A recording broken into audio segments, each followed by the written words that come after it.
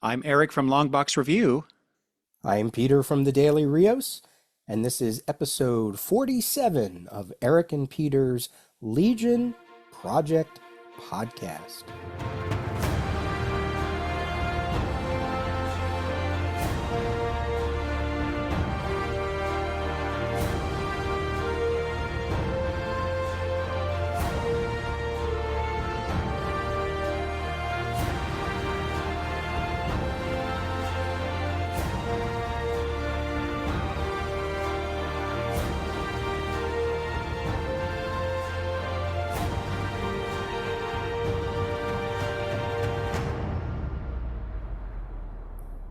Welcome to the Legion Project Podcast. I'm your host, Peter.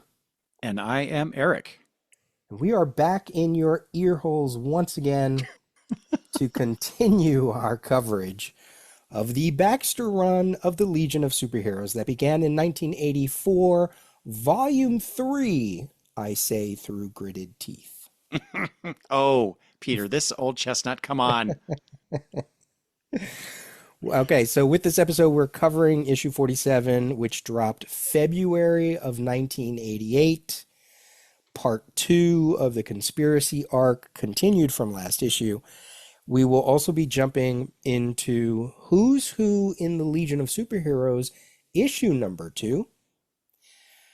We will continue to monitor the buildup of a new Supergirl in the Superman books, and we're going to spend some time talking about another 30th century supergroup known as the Wanderers.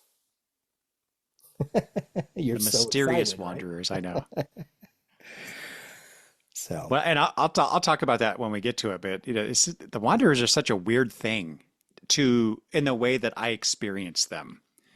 okay. And now coming back at it, 30 something decades later, it's just weird to me. Anyway, we'll talk about that. Otherwise, everything good on your end? Yeah? Yeah, We're back yeah. recording again? Yes, thank goodness.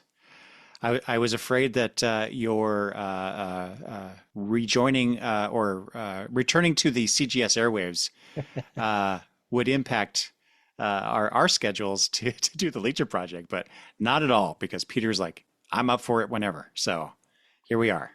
If it was up to me, I'd be recording every night some podcast or another. Oh my gosh, I couldn't even imagine. Yeah. I think my wife would kick me out if I did something like that. Well, but- sure. You have obligations and you're a normal human being with responsibilities and life experiences and, little ones. And I'm practically a hermit. So the podcast hermit. That's Peter Yeah. Rios. I should just walk around like those dystopian sci-fi movies of just, I should have gotten like one of those Google Glass or whatever. Like I should just be constantly podcasting or streaming, Yes. Not, not even saying anything. I could just be reading and doing research for podcasts, and people could Right? they could tap in and go, what's he look? Oh, Legion. Okay, we must be getting a Legion episode. Yes, you're onto something here, Peter. I think you really should consider this. Maybe we could start a GoFundMe for getting you those Google glasses or something. No, then I'd have to get in shape and Who cares? So, all right. Well, probably the only thing current related with, it's not a little thing, but I haven't read the issue yet, but certainly there's been a mystery within the current JSA series, Justice Society of America series, about a character named Legionnaire. And that book has had a dreadful schedule. Ugh. So I don't necessarily know how it's kind of like when Johns did Doomsday Clock, right? It was supposed to line up with 8 other things, and that got delayed. So it's like, I'm almost trying real hard not to get excited because I don't know how it's going to line up, right? And now we're getting ready for DC All In. There's no Legion mentioned in any of that. So it's like, ooh, I want to be excited. The latest issue had a big reveal. I don't know if you saw it yet, No, no. So it's like, I'll just wait. Don't wait. We've been burned many a times. So, I will say, for the issues I have read of the JSA title, the little bits of Legion related stuff, I'll just say, including that character you mentioned, Legionnaire, who looks an awful lot like, in some ways, an awful lot like Pharaoh Lad, mhm, which we'll be talking about that character mhm. in a little bit. So yeah, it's just like, what is this? Why is this? How is this? So I know the mystery of it. To borrow from, we have the secret conspiracy going on here Mhm. in this storyline, right? But the mystery of it is a bit intriguing. But yeah, I am trepidatious as to what, if anything, and I'm guessing nothing. It's just going to peter out. No pun intended. Um, and just we'll just be waiting again for for a Legion resurgence. But I have to admit, I mean, oh well, as we record this, San Diego Comic-Con is coming up. And I know DC has already put out a bunch of stuff about All In and the Absolute Universe and all that stuff. But where's the Legion in this? Mhm. Are we going to get anything? Can one hope? So you don't know the identity of Legionnaire? I do not. Okay. So that's the reveal of that issue. Um, yes. I mean, you knew that was coming eventually. We would have Oh, to sure. find Yeah, out. yeah, Yeah. yeah. There's other stuff, so It's it's Princess Projector, isn't it?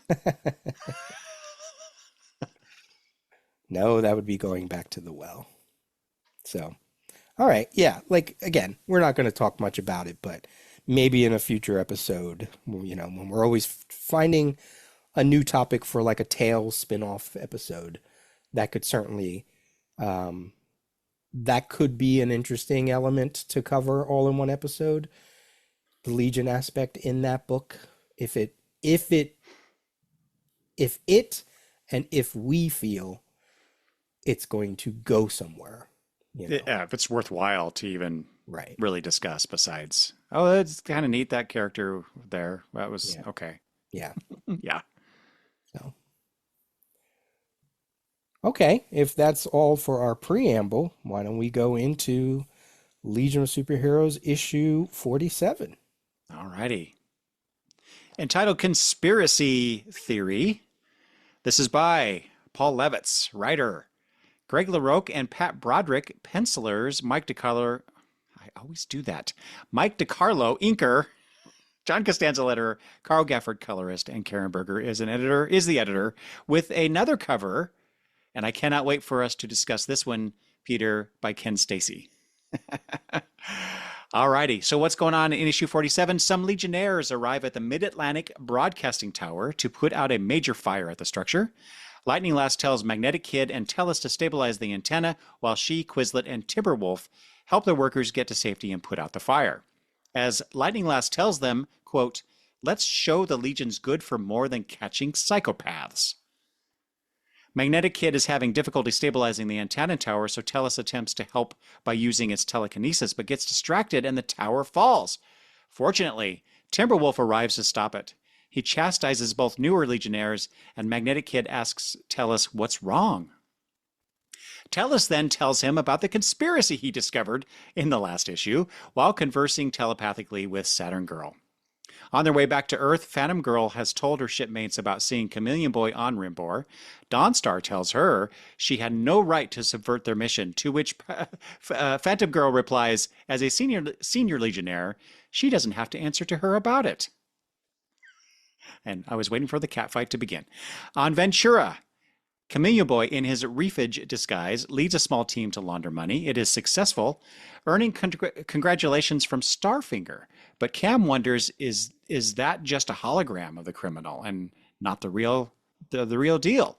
Brainiac 5 enters the Legion Rec Room to play out a game strategy, and once done with the simple preoccupation, as he calls it, he starts to leave, but Sensor Girl stops him. She tells him she knows why he's been so busy in the lab. Quote, "Trust that you and your friends are in the right, or accept the consequences." Polar Boy leads a mission off Earth for the science police, leaving Tellus unsure how to proceed with his newfound knowledge. On Mars, Refage has orders to kill the son of the banker from a previous issue, who is threatened previously, as I mentioned. Cam fakes the death himself using his shape-changing abilities. Near Nullport, Mon-El invites interstellar war with the Kuns by disabling a war wagon. Back on Earth, Tellus seeks advice from Shrieking Violet, and during which I believe comes away with, if you tell more people about the conspiracy, that may kill somebody. Because of his success as Refage, Cam is finally brought to see Starfinger, who has Starlight and Starbright check him out. Once Refage passes their inspection, Starfinger brands him, telling his arranger that Refage is his to do as he will. Yura Allen is consoled by her mother-in-law because Jim has disappeared. Father Allen tells her they need the Legion's help. Tellus arrives at the Legion Academy looking for Bouncing Boy and Duo Damsel. Tellus then confides in the latter what he knows about the conspiracy, and she tells him, mum's the word. Conspiracy Parts 2. More of the same? I was going to say, second verse, same as the first. Yeah, that's a great way to put it. Yeah. Outside of a few scenes that I'm sure we'll talk about, outside of a few moments, I know we got 3 more issues. I know issue 50 is worth it. I know issue 50 is worth the wait. Both you and I have read that before. Okay. It's a pacing problem getting there. Yes. And I just feel like Levitz is not giving us Levitz. Yeah. Frustrating. Yes. And because it's just kind of skirting along, it just invites more scrutiny, and on my part, because I'm reading this for this show, and I just have all these questions, things that don't make sense, and why is this way, and other than, well, this is how the plot has to go so that they could fill up 5 issues, and that's frustrating. It's not good storytelling. It also makes you wonder why he's balancing the Starfinger story against the conspiracy, right? And I know we've been reading reader reactions every now and then to a lot of these stories, and the first Starfinger story that we read, I think we were kind of like in the middle of it. It wasn't like this. It wasn't the Universo project or anything else, but there was some stuff we were like, okay. But reader reactions weren't entirely negative either, at least the ones that we saw. Right. So that he felt the desire to bring this character back, that this was an unfinished plot that he had to get back to, maybe because he thought he was going to be gone at issue 50, like we keep bringing up, and he didn't want to leave anything unturned. No stone left unturned, but I was fine where that cliffhanger was, where we just saw Starfinger's ring floating on a rock somewhere, like if that would have been the last time. And a lot of this is hindsight, right? Because I know he's not a well-liked character. I've already read some of these issues, like I get it. But while it's great to see Pat Broderick again, and I actually think these pages are better than the first chapter that we read. Yeah. For him. It doesn't necessarily mean it's exciting. It's like they don't feature the Legionnaires at all, and you barely get to see Cam in his normal identity, if at all. So ultimately it just becomes nebulous. Like I'm just looking at a bunch of alien characters in alien worlds that are drawn well by Pat Broderick, but don't mean anything to me. Right. Yeah, no connection to the Legion, really. Yeah, like when he was drawing it, he must have been like, wait a minute, can I get oh, okay, so he does get Starfinger, that's true. He gets Starfinger at the end, he gets the 2 female henchmen, great. But it's like, can I draw Shrinking Violet, Colossal, can I draw somebody doing, can I see Cosmic Boy's powers, something? No, I'm just going to draw backgrounds and aliens and stuff that nobody will ever remember, you know. Um, and then against the conspiracy story that, while engaging off the page, on the page, it's like, Levitz, you're better than this. So you're exactly right. Second verse, same as the first. Yeah, if it wasn't for, like you mentioned, there's some scenes in here which I think are interesting to discuss. But yeah, overall, it's just like, where are we going? Are we going to actually move along here? And that's and it's I hate to sound so critical so much, but I find myself saying the same kind of things lately. In that, let's move this along. Let's go. Let's actually get somewhere. And I feel like, maybe the last story that we had that where I didn't feel that way was the Universal Project. Hmm. And everything else since then has just been kind of mm, not meandering, but it's not been tight, and maybe not as cohesive. You wouldn't put the Superboy story in that, would you? Oh no, I'm sorry. No, no, no, no. Yeah. That was after, right? After Universal? Yeah. Mhm. Yeah. Don't ever count on my memory for what storylines came here and there for this kind of stuff. But yeah, obviously the Superboy thing was really good. But your point stands. I mean, if I take a look at like where we've been, we even said it, right? When we wrapped up the Who is Sensor Girl story, we said this book probably will exist pre Sensor Girl and post Who is Sensor Girl. And I think we're finding that because that storyline ended um, with issue 27. That was kind of like the wrap up of that saga. And that was like the epilogue in a way. And we knew the Universal Project was coming. We knew the Superboy story was coming. We knew these big beats were coming. Millennium, if you want to include that. But we had to go through Starfinger. We had to go through Starfinger twice. Mm-hmm. We had to go through Quizlet. We had to go through some flashbacks, some Luck Lords, some new Legion of Substitute Heroes.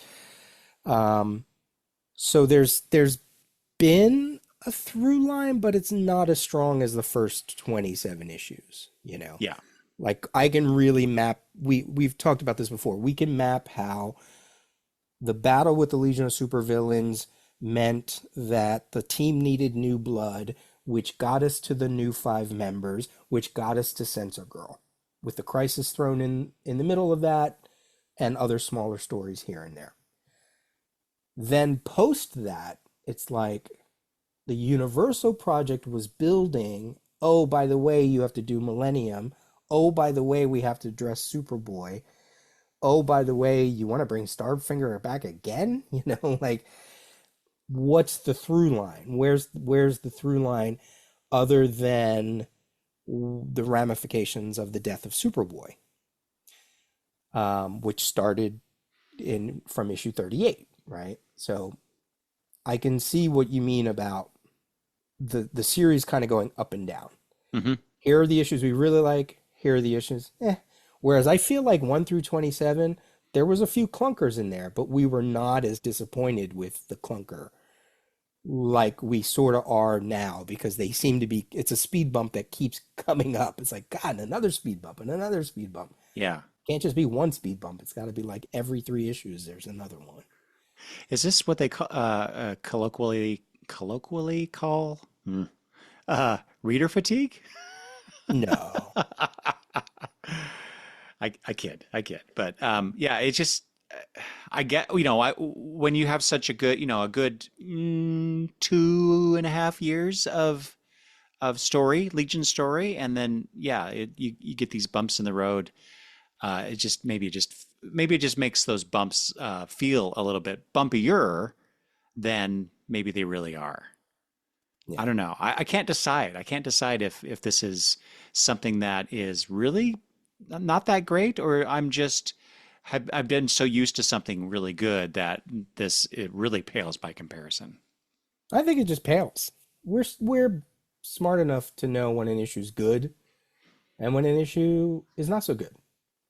And I think the good thing about doing this issue by issue is we've found that some of the issues that other people really don't like, we've actually liked Hmm. because we're connecting dots, you know? Not to say that other people don't do that, but we're really trying to connect beats and beats, picking out Levitt's favorite characters, picking out our favorite characters, favorite moments. Does this make sense? Does that make sense? Um, I can, even in this issue, there are things that happen. The conversation between Magnetic Kid and Tellus makes total sense because of where they came up. Tellus going to Duo Damsel, fantastic, you know, Hmm. like there's consistency there. Um, and there's a few other things that resonate well because we know where they come from. It just reads like it's very surfacey. And Yeah. Yes. and I really feel like there's only two scenes that I think make this issue worth it.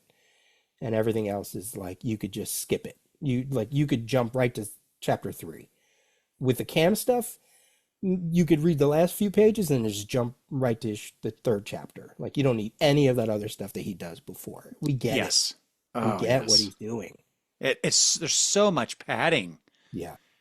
Uh, yeah. So those are our general thoughts. Wow. You had thoughts about the cover? Okay. Yes, I do, Peter. You know how last issue, we praised Stacy's cover up and down, sideways and backways, and I get to this one and I'm like, what the fuck is this?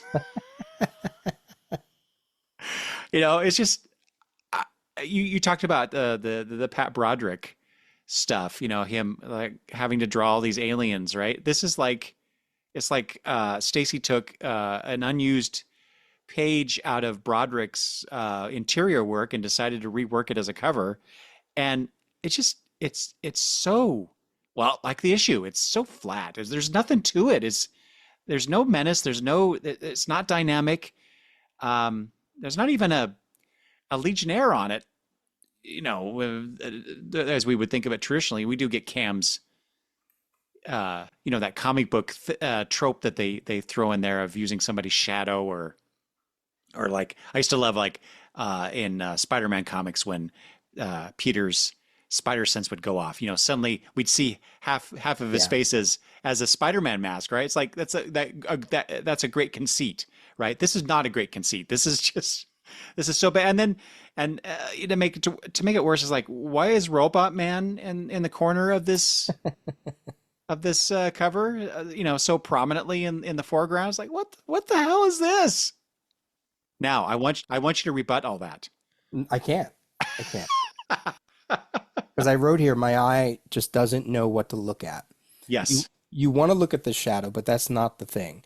The ring and the little glare effects is quite prominent, although he's turned from us, which is not necessarily a bad thing. If you want to put a story aspect to it, the whole issue is Cam trying to find out if he's really here.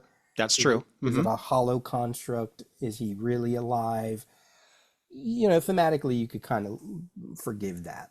Sure. The main figure in blue should be the thing we go to, but as you mentioned, it's not a Legionnaire. Well, I mean, it is a Legionnaire, but it's like, it's so nondescript. It's so, you know, you had to do the shadow effect. Otherwise, there's no Legionnaire on this book. Now, okay, to be fair, there are some covers on the 5 Years Later Legion that absolutely do not have any Legion on them.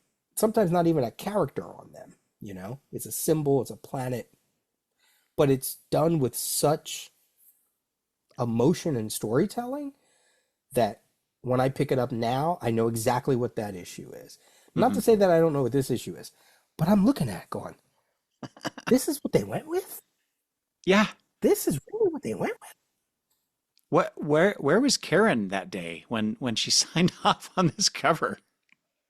It's not uninteresting. There's certainly been a lot of Batman covers Mm. that have Bruce Wayne. I think of like Bruce Wayne Murderer, I think or Fugitive or something like that, where it's him on the cover and then the shadow is Batman, is the Oh, sure. Batman silhouette. Like we've probably seen it with Superman. We've probably seen it with a lot of people. Yeah. Like you said, I get it. Totally understand it. It's just not an interesting cover. It's Mm-mm. it's fine perspective anatomy wise, but there are some just really weird choices. Like you said, that character on the lower left. What? Why is he there? I don't understand why we have that character down there. Mm-hmm. Why he's hiding some of the what's the main action, and could this have been a more interesting cover? Maybe if it was from the top and like people were surrounding him. Yes. There's a Mm-hmm. lot of Perez covers like that, and his shadow was Chameleon Boy, Yes. prominently displayed up along a wall. I could think of so many other ways that you could still do this cover, but make it more interesting. So Mm-hmm. I am absolutely in agreement with you on that cover. I don't I like the coloring choices. I oh think yeah. I think it's haphazard. You don't even get the painterly quality all that much. Yeah, that aspect that we really loved from that last issue. Yeah, there, I mean, there's a little bit in there, but yeah, in fact, I added in my notes, maybe the worst cover in recent memory. Ooh. Again, contrasting that with the last issues cover by Stacy. It's like, wow, this had to have been, we can only guess, but this had to have been like a last minute decision or cover turn in, or I don't know what, but this, I can't imagine that this was something that was planned and executed over the course of time before it got published. Well, it's like you said, it's just a poor choice. It's a poor choice for a cover. Oh boy, I can't wait to get into the conversation. Sorry, listeners. Do you want to just continue with the Chameleon Boy stuff? Just get it out of the way. Oh, okay. Let's start That'll there. that'll be a short conversation.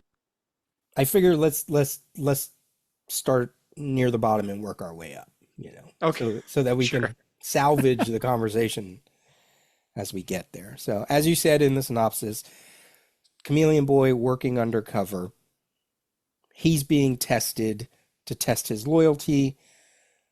Starfinger says something later that was kind of interesting, where he's like, we need to replace personnel that we've lost. So they're almost putting him too fast through the paces just to make Mm-hmm. sure. And it's all a way for him, Chameleon Boy, to finally come face to face with Starfinger to say whether he really is alive or dead. And we get those in the closing pages with Starlight and Starbright, his little henchmen that live in his ring. It's not a great kind of reemergence for the villain after the last time we saw him. I was a little disappointed in how they brought it. Was just it was done so matter of factly, almost like you do remember that the last time we saw him, he was floating on a ring inside a ring somewhere, Yeah. or we just saw the ring. I almost wished, kind of like the Universo project, that we had some inkling scattered through the previous issues that this was going on. Mm-hmm. And I know that whole beacon thing in the opening scene, does that relate to Starfinger? Because that's his MO, right? Like sabotaging, blowing shit up. That's what he was doing in the first few stories we saw him in. Mm-hmm. So I didn't know if that whole broadcast tower thing was part of that, and maybe we don't discover that until a later issue. Well, and to your point, I think it's a very distinct possibility because one of the folks on the tower said we were just making the credit clearance transmission to Weber's World, and then something happened. Yeah, yeah. So maybe, and that's one of those things. It's like, well, is there a direct connection there? And if so, why not make it? Why not add a line to do that? Otherwise, it is, like you said, it's too familiar to the MO that we've seen so far. So we get confused as to, is this just one of those things that happens in the Legion response and is just helping out again? Well, and speaking of that, I liked last issue where we saw them, Mon-El and Ultra Boy, dredging that river or canal or whatever it was in the last issue, because it's a normal, helpful kind of thing. Well, then we get another thing like that. Right. Only, it's a bit more of an emergency, of course, but just like it's everything is repetitive in between these last two issues. Yeah, especially because, if it is a broadcast tower, there's something interesting there, right? Like maybe he wanted the information to black out for a little bit for some Hmm. reason. Because right now his home base is on Mars, the Grand Canals Park on Mars. That's where they take Chameleon Boy, where we finally see Starfinger as drawn by Pep Roderick. So he's not even on Earth, so it's like, if he is affecting the tower, why? But getting there is, I also don't really know what he did the first time. He swapped out those credits with a bunch of people in the casino, Hmm. but he says he's doing it because he's laundering money. Is that how you'd launder money? That's not how you launder money, right? I don't know. I'm Yeah. not Breaking Bad. I don't know how to do any of that stuff. So he's swapping out credits. I guess that's so he gets their credits, and that's money that they can't trace, right? I guess. I don't. Yeah, Okay. sure. So there's that scene. Then there's the scene where he has to kill somebody, the son of the man that he went after last chapter.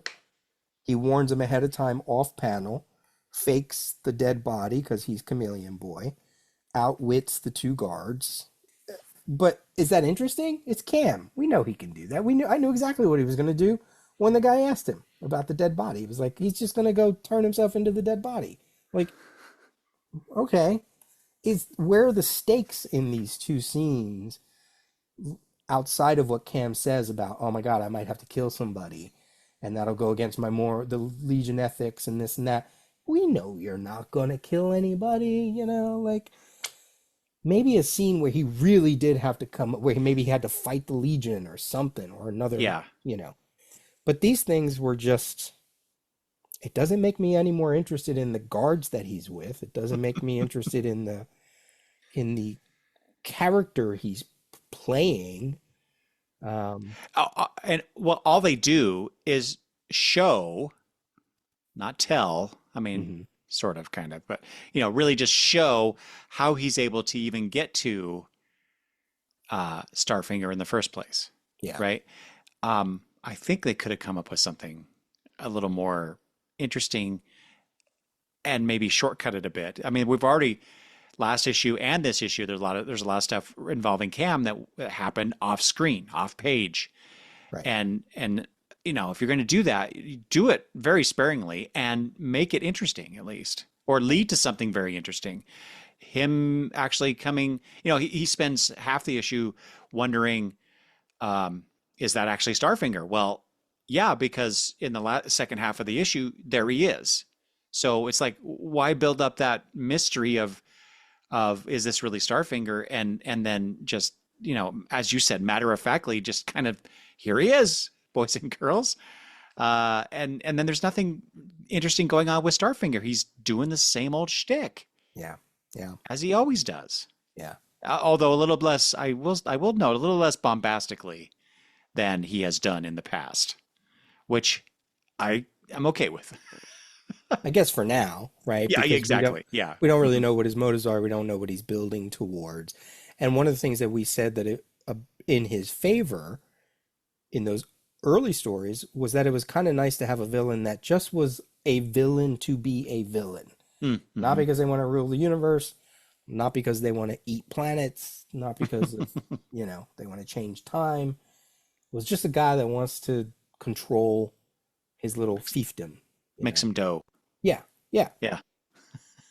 So, but that doesn't make, but does that make him a credible threat? Does that make him something, a villain that readers want back again? Does it compel, ooh, Starfinger's back? Eh, he's no Kingpin. Crossing streams, Peter. Um, and what is it? Why is Cam even doing this? why did he go on this quest in the first place? I think we did get Sure. that in a Did we? previous. Yeah, I think so. I mean, yes, discover if this is actually Starfinger, if he's still around. But like you said, he's not a planet eater. He's a kind of a mid-level crook. Is it because of what happened with Jim, with Colossal Boy? Maybe, but there's really nothing said about that. And I That know we're building up towards something with Jim with this, obviously, because he goes missing in this issue. Yeah, you're right. We knew that he was going to do this, but you're right. Maybe there was something in the what we didn't get was the impulse, right? The Yes. Hmm. um Why now? Why go off and do this now is the question, really the question.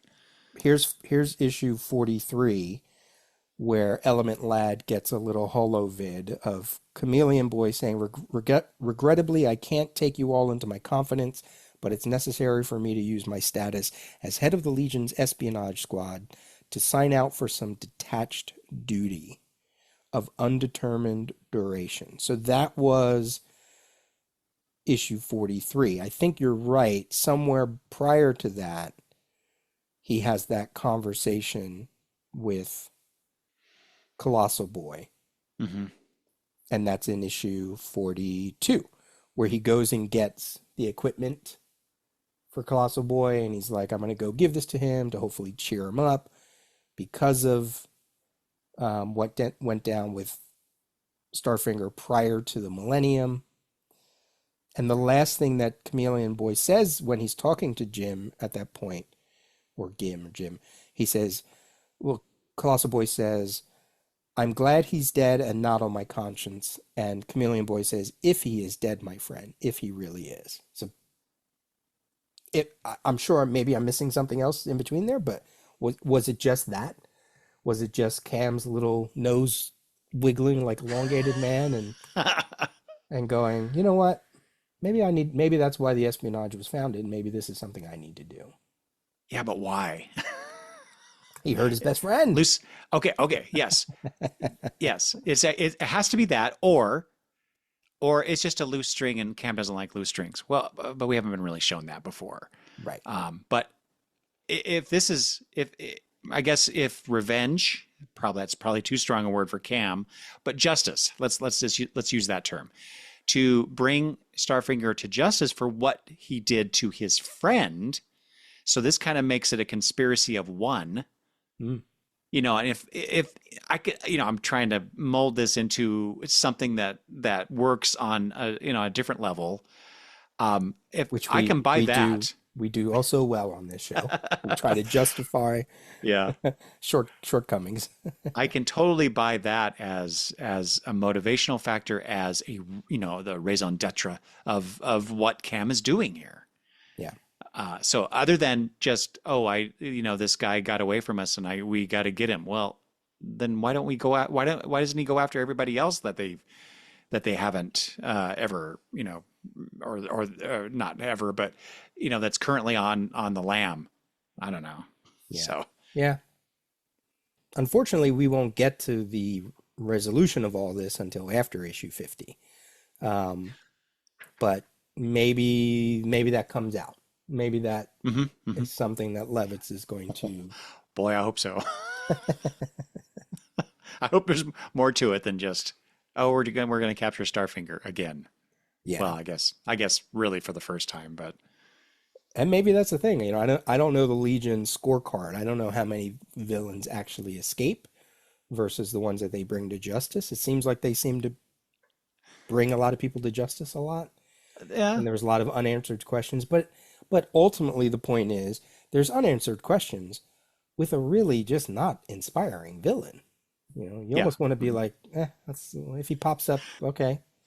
Well, you You know know, how Levitz has been dealing with a lot of like the major villains in the Legion's history, like Mordru and the Infinite Man and hmm Universo, right? And uh, while they have brought a new Starfinger into this, maybe along the way, this is Paul's MO for dealing with Legion villains is to build them up and then get rid of them. Yeah.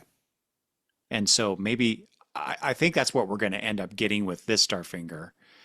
But yeah, like you said, he's just not interesting. He's just Yeah. not as interesting as Mordru and Universo. Yeah. I think you're right. I mean, we've said that. I think we said that before. Like, Levitz was good about echoing stories he wrote before or stories that happened 10 years ago.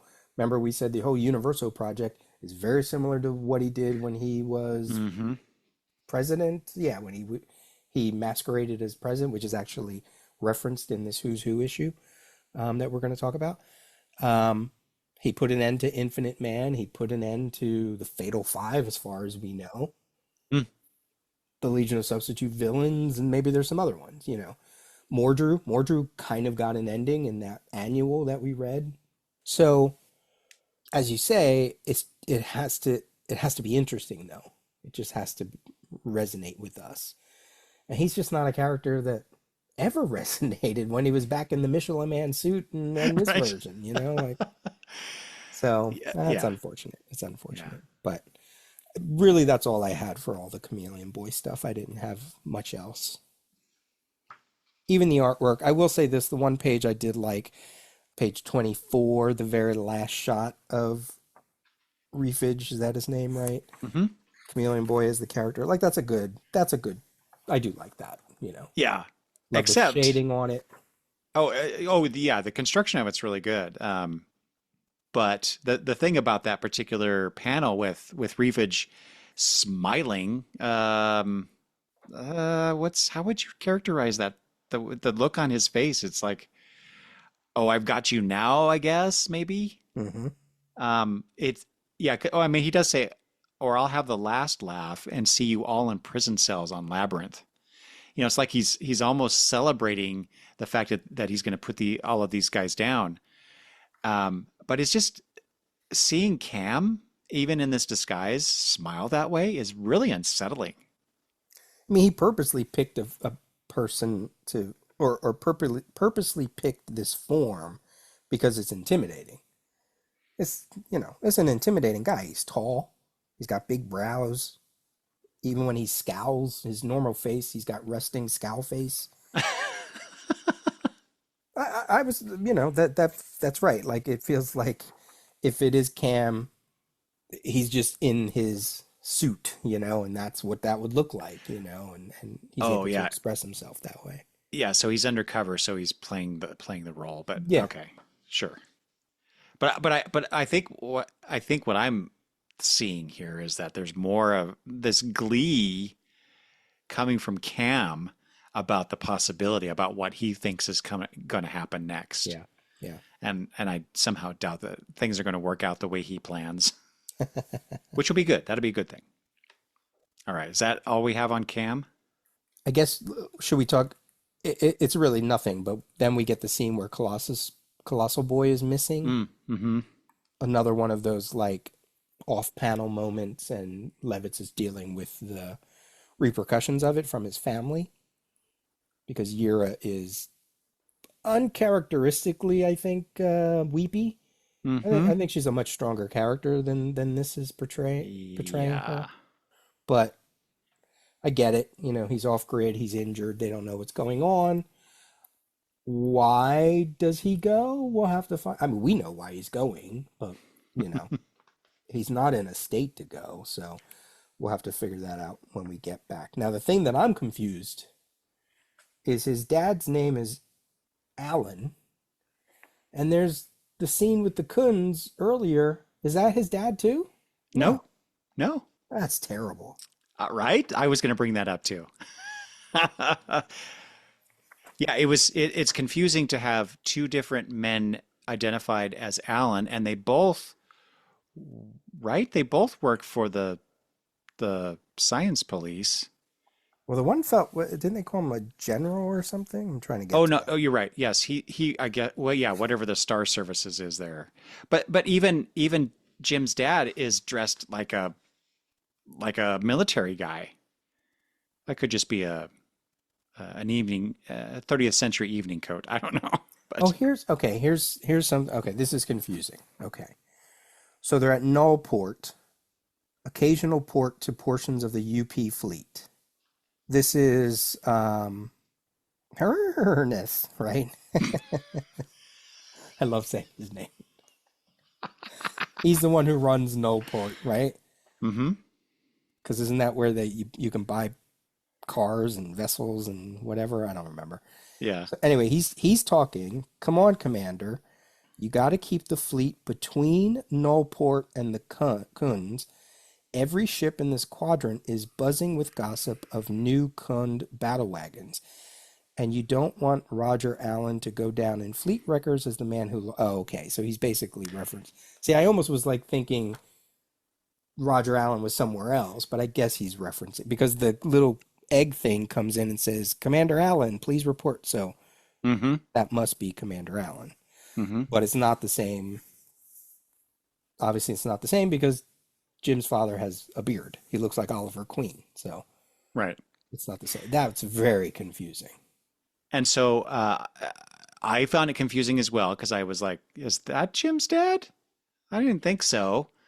But so Roger Allen is Colossal Boy's cousin Oh, who first appeared in Superboy and the Legion of Superheroes number 232. okay. Why? Why would you do that to us? That's Exactly. Why have both Allens in the story? Which just makes us wonder, at least me, is there some sort of connection between why Roger's suddenly in the story and him being Jim's cousin and Jim's disappearance? hmm. Are they in cahoots with each other about something? Probably not. So yeah, why? I found myself asking that question a lot reading this issue. It's why this? Why that? Why Paul? And now I'm wondering, like, I don't remember the outcome of this storyline. What does the Kunz have to do? Is this Starfinger's plan? Is he trying to get back at, because he zapped Colossal Boy in the Hmm. leg in that issue that we know why he did it, but the readers haven't gotten that information revealed yet. So now you're roping in another Allen. Hmm. So does it mean anything? Or is this really that random? Because Levitz is like, I'll just throw in an Allen member because Yeah. for longtime readers. And it's like, Yeah.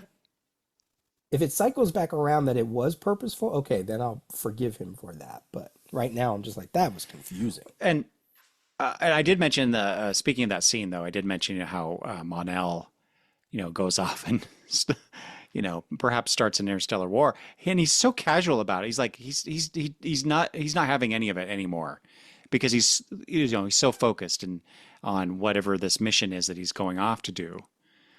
And so, but it's just like, wow, that's once if you are concerned about individuals having too much power, this is a prime example of why you would want to shut down the Legion or at least clamp them down so that you don't have 30th century teenagers or young adults anyway going off and destroying a interstellar enemy's war weapon. Now, to be fair, it does feel like he sort of stumbled on it, right? Because he says, this will slow down my mission a bit, but I guess it doesn't matter much. So he's on his way, as we saw from previous issues, where he just feels like he needs to punch something. I don't know exactly where he's going. I don't remember. And if it has anything to do with...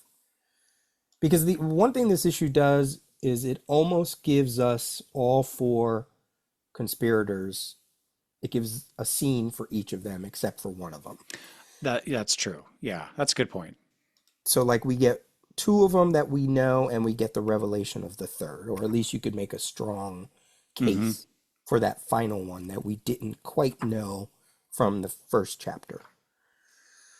Yeah, and I appreciate that, the fact that we're getting that. And also just to continue on, what happened in the last issue. Mm-hmm.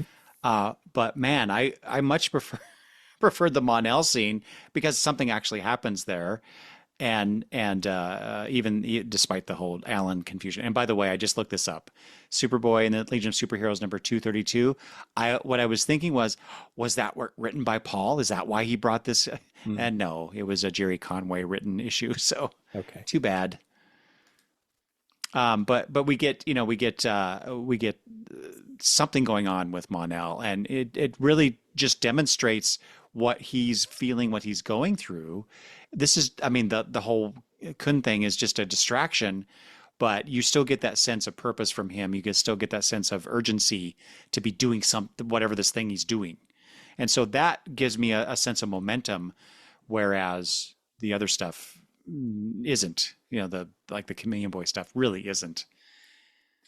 Yeah, Levitz is being too safe with Mm, hmm. Brainiac 5, Mon-El, and the revelation of the last one, the last conspirator that we were talking about since the first chapter. It's just a little too like I would have rather seen that scene from Mon-El's point of view, that he was just floating, flying away, and we were here seeing in his mind why he's going, and then he stumbles on this scene, Mm, hmm. rather than the scene coming first and then he stumbles into it. You know, the Brainiac 5 thing is 5 sequence is okay because we get a really strong scene out of it at the end. And the Duo Damsel thing is strong too, because if you didn't know who it was, well, now you know. Well, I just Hmm. gave it away. So, um, but it's like, it's almost like Levitz is writing his script and then turns it upside down and giving us the opposite of everything that would have been the Hmm. good stuff, you know? Hmm. Give me more of that stuff and I would have been right in on it. Yeah. I also wonder if maybe that's why I felt like when you told me last issue that this was part 1 of 5, I was like, "Oh, this is an actual storyline?" Like, really? Maybe this is why. Maybe this is my first initial reaction. Although I don't know if I read this issue before. I can't remember. Do you think maybe that we keep bumping up on against things because it is supposed to be a major story arc, but it seems to be written like a bunch of subplot vignettes. Which we usually love, but it's not working.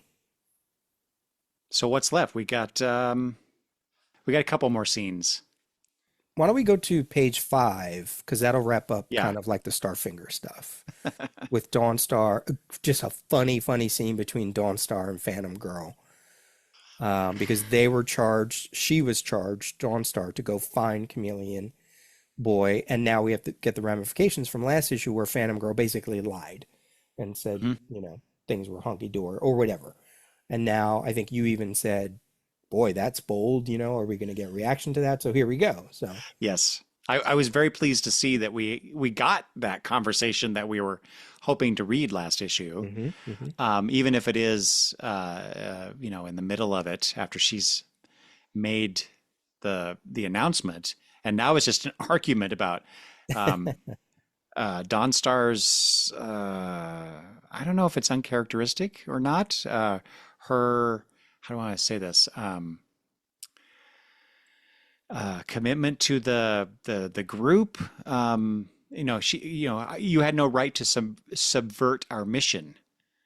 Is it really that, or just that she felt like her time was wasted on a wild goose chase because it really wasn't a wild goose chase because she did track him down to the planet, but it was circumvented by Phantom Girl's lie about things. So yeah, it's just it was a funny scene, but also very interesting interpersonal dynamics. Hmm. I don't think we've ever seen these two female Legionnaires ever interact with each other in any other way besides, being in a scene together. But this is very different. Maybe a very different characterization of Dawnstar.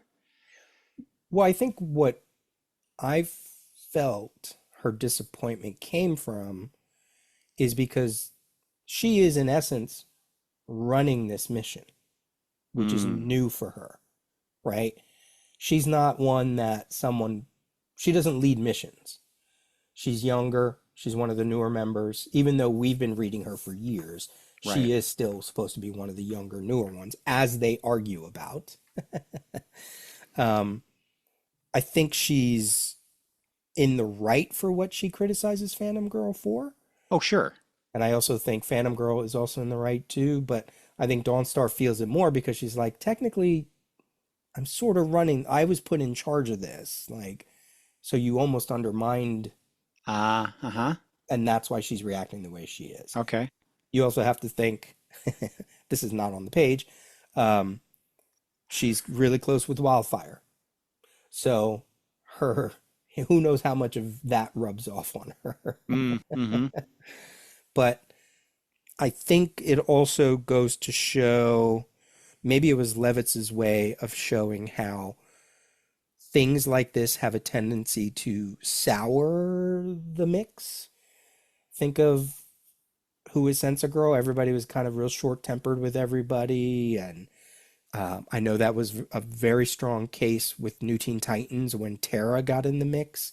Mm-hmm. Suddenly, everybody was starting to get, for some reason, kept bringing it up, like, we never really used to fight until you came along. So I wonder if it's like Levitz's way of showing, what's the word, discordance or Yeah. disharmony. Discord, yeah. Yeah, yeah. It's not necessarily, I don't think that's well founded. I don't think that's supported. Because if anything, it would really happen with the conspiracy thing, I think, Yeah, yeah. which it did with the Sense Girl stuff. But But it does that's a great point because it does mirror the the idea because I don't know that we're quite getting it yet in the conspiracy story. Um, but that things are out of balance and out of whack because people aren't trusting each other yeah, with what yeah. they know. And so I think we're seeing it much better much better played out here on this page than anything else having to do with the conspiracy, with probably maybe one exception that Hmm. one we'll be talking about here in a minute, I think. Well, let's keep going through. We have Tellus's story in this. We have Brainiac 5 scene. And that's really it. All the scenes Hmm. kind of are around those two. So which one do you want to do? Tellus or you want to do Brainiac 5? I think we should do Brainiac 5 first, Great. because the issue does end with Tellus and Sounds good. that last page reveal.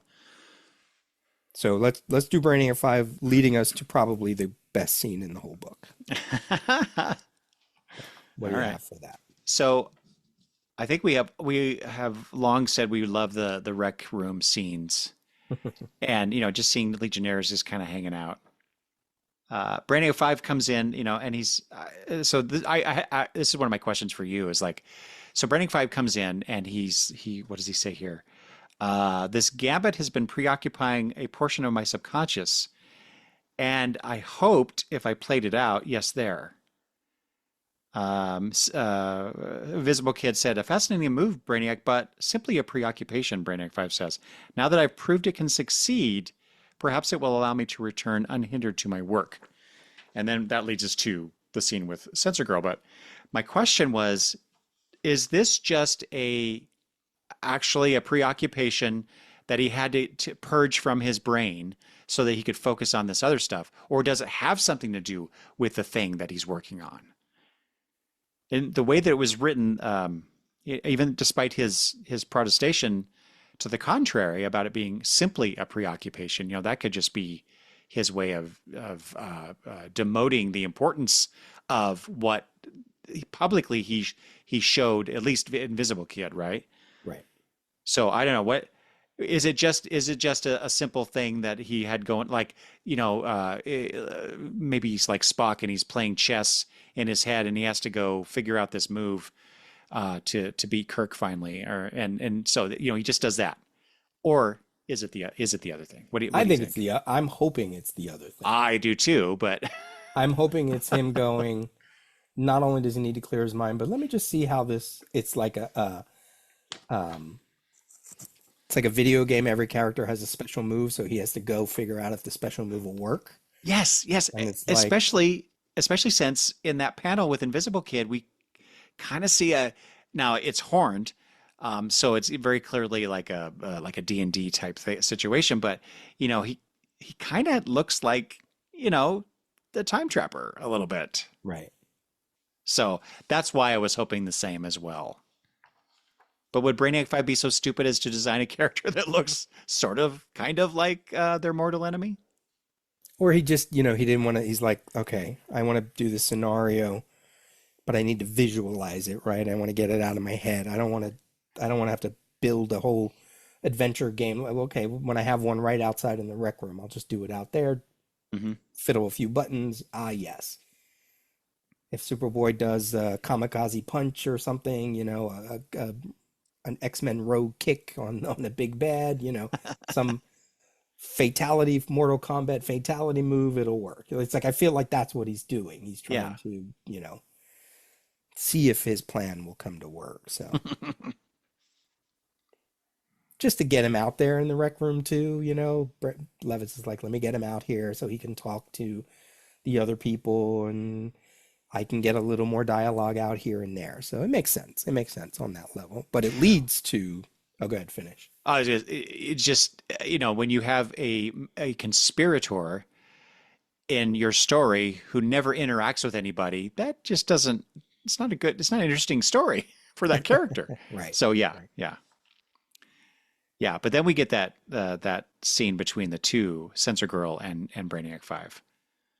Um, did I hear you just say a minute ago that this is perhaps the most interesting scene in the book or the best scene in the book? I think so. Okay, yeah. Okay. Why is that? Because I freaking love Sensor Girl. And Levitz loves Sensor Girl, Hmm. clearly. And if anybody is going to get rumblings of this, it's going to be the one that has new powers where she can perceive the world around her and the Right. truths and the lies and the illusions of it. Yes. And what she says is exactly what Princess Projectra, who already killed the man who killed her husband, that's exactly what she would think of this. Do not lie to me when silence can serve you as well and be less rude. Trust that you and your friends are in the right or accept the consequences. Okay. How do you take that last part or accept the consequences? The consequences of what? So trust that you and your friends are in the right. So trust that we are on the right path. If you don't trust that, then you have to accept the consequences. It's because we haven't got the information of what they're doing or what they want to do. Hmm. But I will say this. Shadowless has already said these look like men who need to kill someone. Isn't that what they Yeah. said? Isn't that what she said? Punch? Was it punch or was it kill? Ooh, No, you're right. It was. It was. It was the former or the latter, okay. whichever the kill was.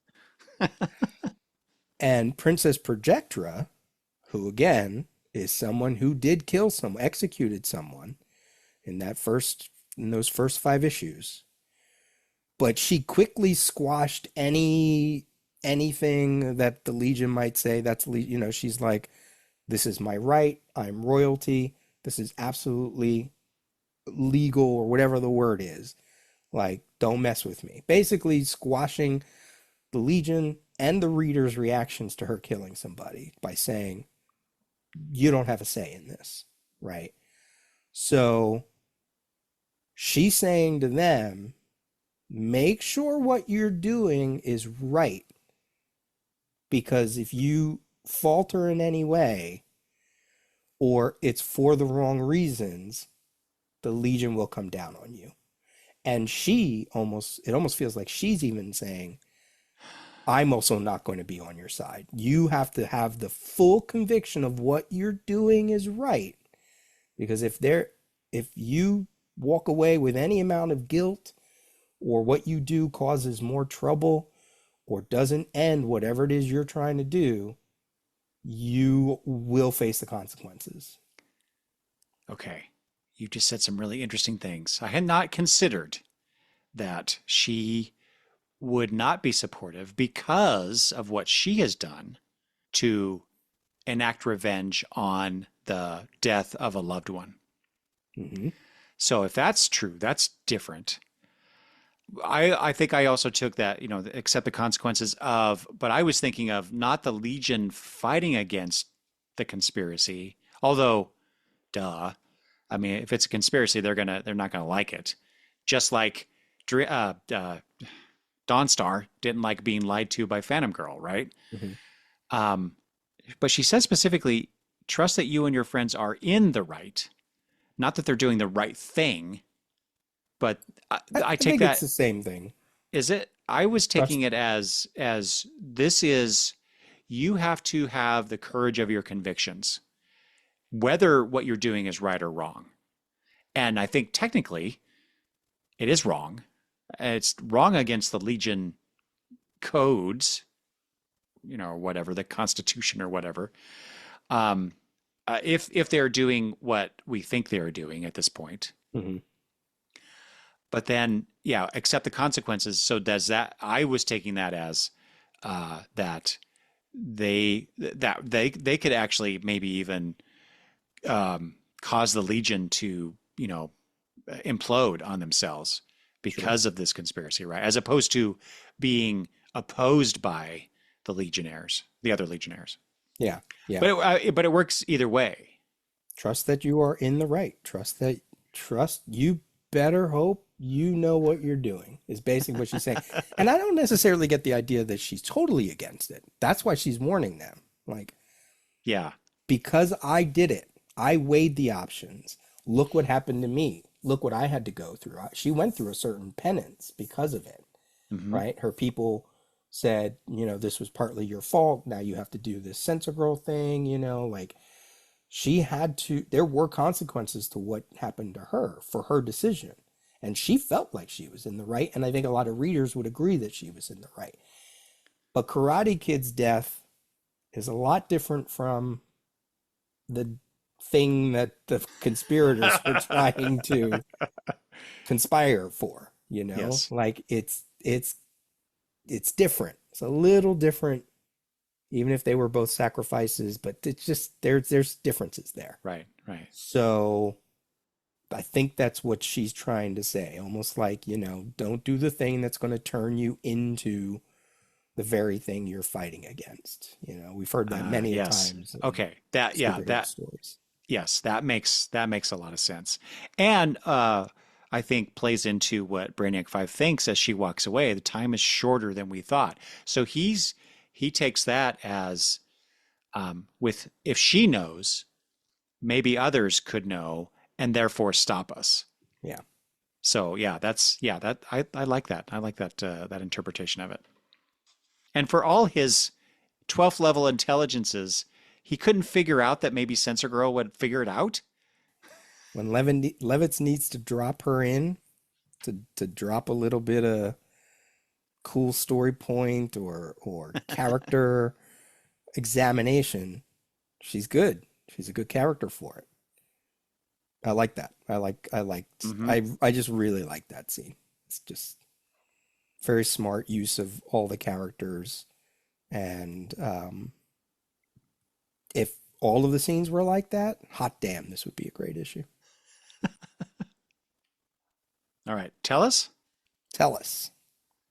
He's the point man, right? He's the one that's already worried because Saturn Girl's in it. That's what he was revealed last issue. He finally reveals it to another member who happens to be one of the members that he was brought in with. I like that scene where Polar Boy goes off planet and Tellus is left behind, almost as if he was ready to go tell Polar Boy that. That's how I took it. Yeah, Yeah. but okay, but that's another one of my whys. Why is he mentioning this somewhat casually, almost, to Magnetic Kid in this mission situation, and then tries to go to talk to Polar Boy about it, who is the one who put him on his own internal mission within the team to suss out whatever it is that Polar Boy kind of thinks he knows is going on. Because it's Saturn Girl. It rocked Tellus to his core. Imagine you're trying to figure this out, and it's a founding member that's part of it. And then you're like, maybe he thinks nobody will believe him. Maybe he thinks it's too amazing of a reveal. And maybe that's why he had to go to Magnetic Kid and say, maybe Magnetic Kid was the one who was like, oh, you got to say something. I'm Cosmic Boy's brother. You know, you got to say something. So Sure. that didn't happen on the panel. Exactly. That totally would make sense then, right? Yeah. I guess you're supposed to infer that from that, but I, so I, again, the whys, it was like, okay, he found this out. How much time has passed since that revelation? And he gets sent off to help with this antenna thing. If it was immediate, I guess, he's still trying to work it out, and in a heightened emotional state, he blurts it out to Magnetic Kid. But the way it's portrayed is just like, it seems so casual. The only real exclamatory bit of this is Magnetic Kid's emphatic, "I don't believe it," to tell us. And then we move on from the scene, and then the next thing we see, I think, with Tellus is that scene where he supposedly is going to go tell Polar Boy, and he doesn't know what to do next, and that leads us to him seeing some other people. We need one point man to actually know all this is going on and know that everything's going on, but not able to do anything about it, And of course, it would be Tellus, the one that is like already so Isolated. isolated, sure, yeah. Well, yeah, he's the new guy that discovers that the boss is skimming off the top, and all that that kind of stuff, right? So yeah, I mean that totally makes sense. It's just initially the timing of it. I was just like, I guess that's how I'm supposed to take it, because otherwise, why wouldn't he go to his boss who put him up to this in the first place? And but then we do get that nice scene between him and Shrinking Violet, which raises the stakes of what if he goes and just tells more people, because Shrinking Violet convinces him that had anyone told about her being kidnapped, she would have ended up dead. Right. In that story. And that was another conspiracy type story as well. So yeah, and this is on page 20 when she says, I'd have been dead, but if you don't mind, I don't talk about that time anymore. And she's just concentrating on her workout, and we get I know Tellus, we get to see him quite a lot portrayed with kind of his mouth agape, but in this case, it makes a lot of sense that he's now had that realization that if he blurts this out to anybody else, then there may be huge consequences. Yeah. But yeah, with not having that connection, like you suggested, that Magnetic Kid being the Ursat's Cosmic Boy in that scene, that would have been a much better, have more of an impact, I guess. But he doesn't stop there, because apparently he's compelled to talk to someone about it. So, he does go, who he goes to next makes total sense, given where he started out with the Legion, which is at the Academy with the two main instructors. And he says on that last page, I was instructed to do this. I found there's a conspiracy. I don't know what it is, who all the members are, but it scares me. So I can forgive him for not knowing exactly what to do. He's young. He is a literal fish out of water. Oh, you went there. And so I think he went to the right place. Just so happens that right place was the right place. Yeah.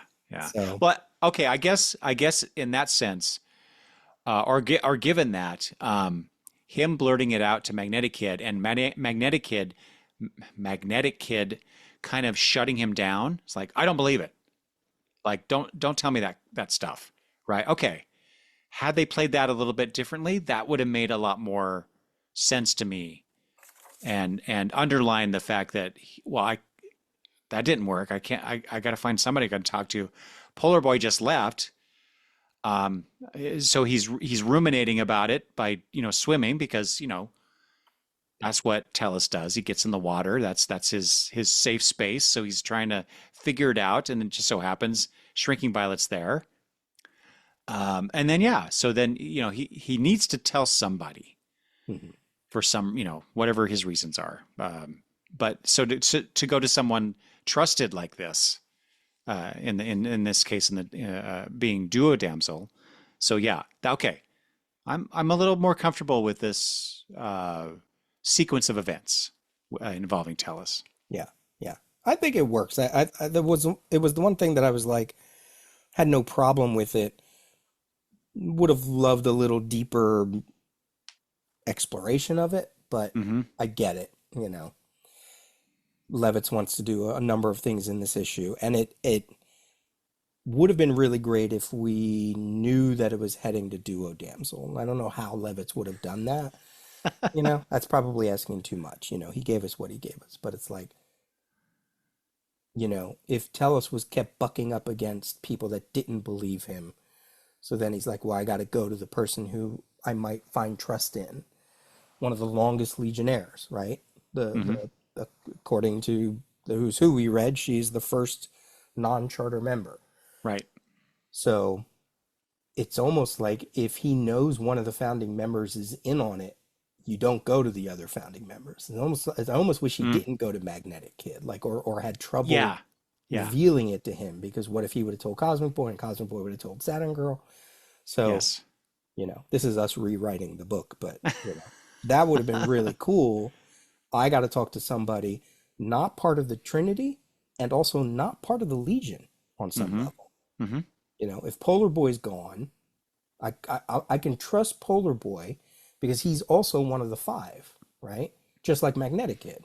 Tellus is going to not only because he's the leader, because he wants Tellus to do this, but he came in with Polar Boy. Hmm. Maybe they don't have, camaraderie because they weren't at the academy together, but they're still connected on that level. Yeah. So then in his mind, he goes, well, who's left? Duo Damsel. Bouncing Boy. Duo Damsel. That's the right move. Yeah. So that's why I liked that. I thought that was a smart use of bringing the reveal into it. Oh yeah. Oh, yeah. I totally agree. I have no problem with the ending. It's just the through line from the beginning of the issue to the end of the issue is just Yeah. like a little clunky in my estimation. But yeah, ultimately it works out very well. By the way, that I looked for that scene with Shadowlass saying that line about they look like they just need Mm. someone to kill. It's from issue 45. She says Monel and Brainy just need someone to kill, and she says it to Saturn Girl and Sensor Girl. Mm. That's right. Unintentional connection there, but you could certainly make the connection. This was before we got the reveal. I'm pretty sure this was before the reveal of anything to do with like a conspiracy on that level, but also that she says it in front of Sensor Girl. And Hmm. now we have this scene with Brainiac. Yeah, Yep. it's Yep. great. That is good. I am out of my notes for that issue. Okay. I do want to highlight what Duo Damsel is thinking in that last panel. Hmm. Um, well, before that, she's like to Tellus, "Come on, I'll show you out. I'm glad you trusted me with this, Tellus."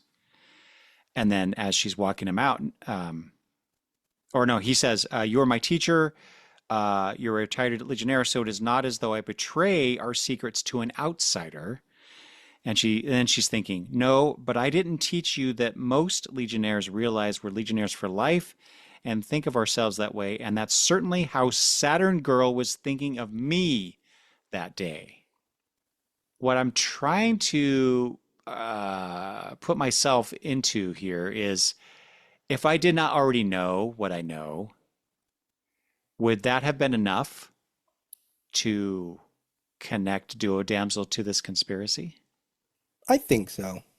I suppose so, given that it's she name checks Saturn Girl Yeah. coming to me. Saturn Girl is the one who had the thoughts about the conspiracy, and we also get to see prominently in this in this panel the fact that Duo Damsel's wearing that gold bracelet, which was did play some part in that shadow scene in the previous issue.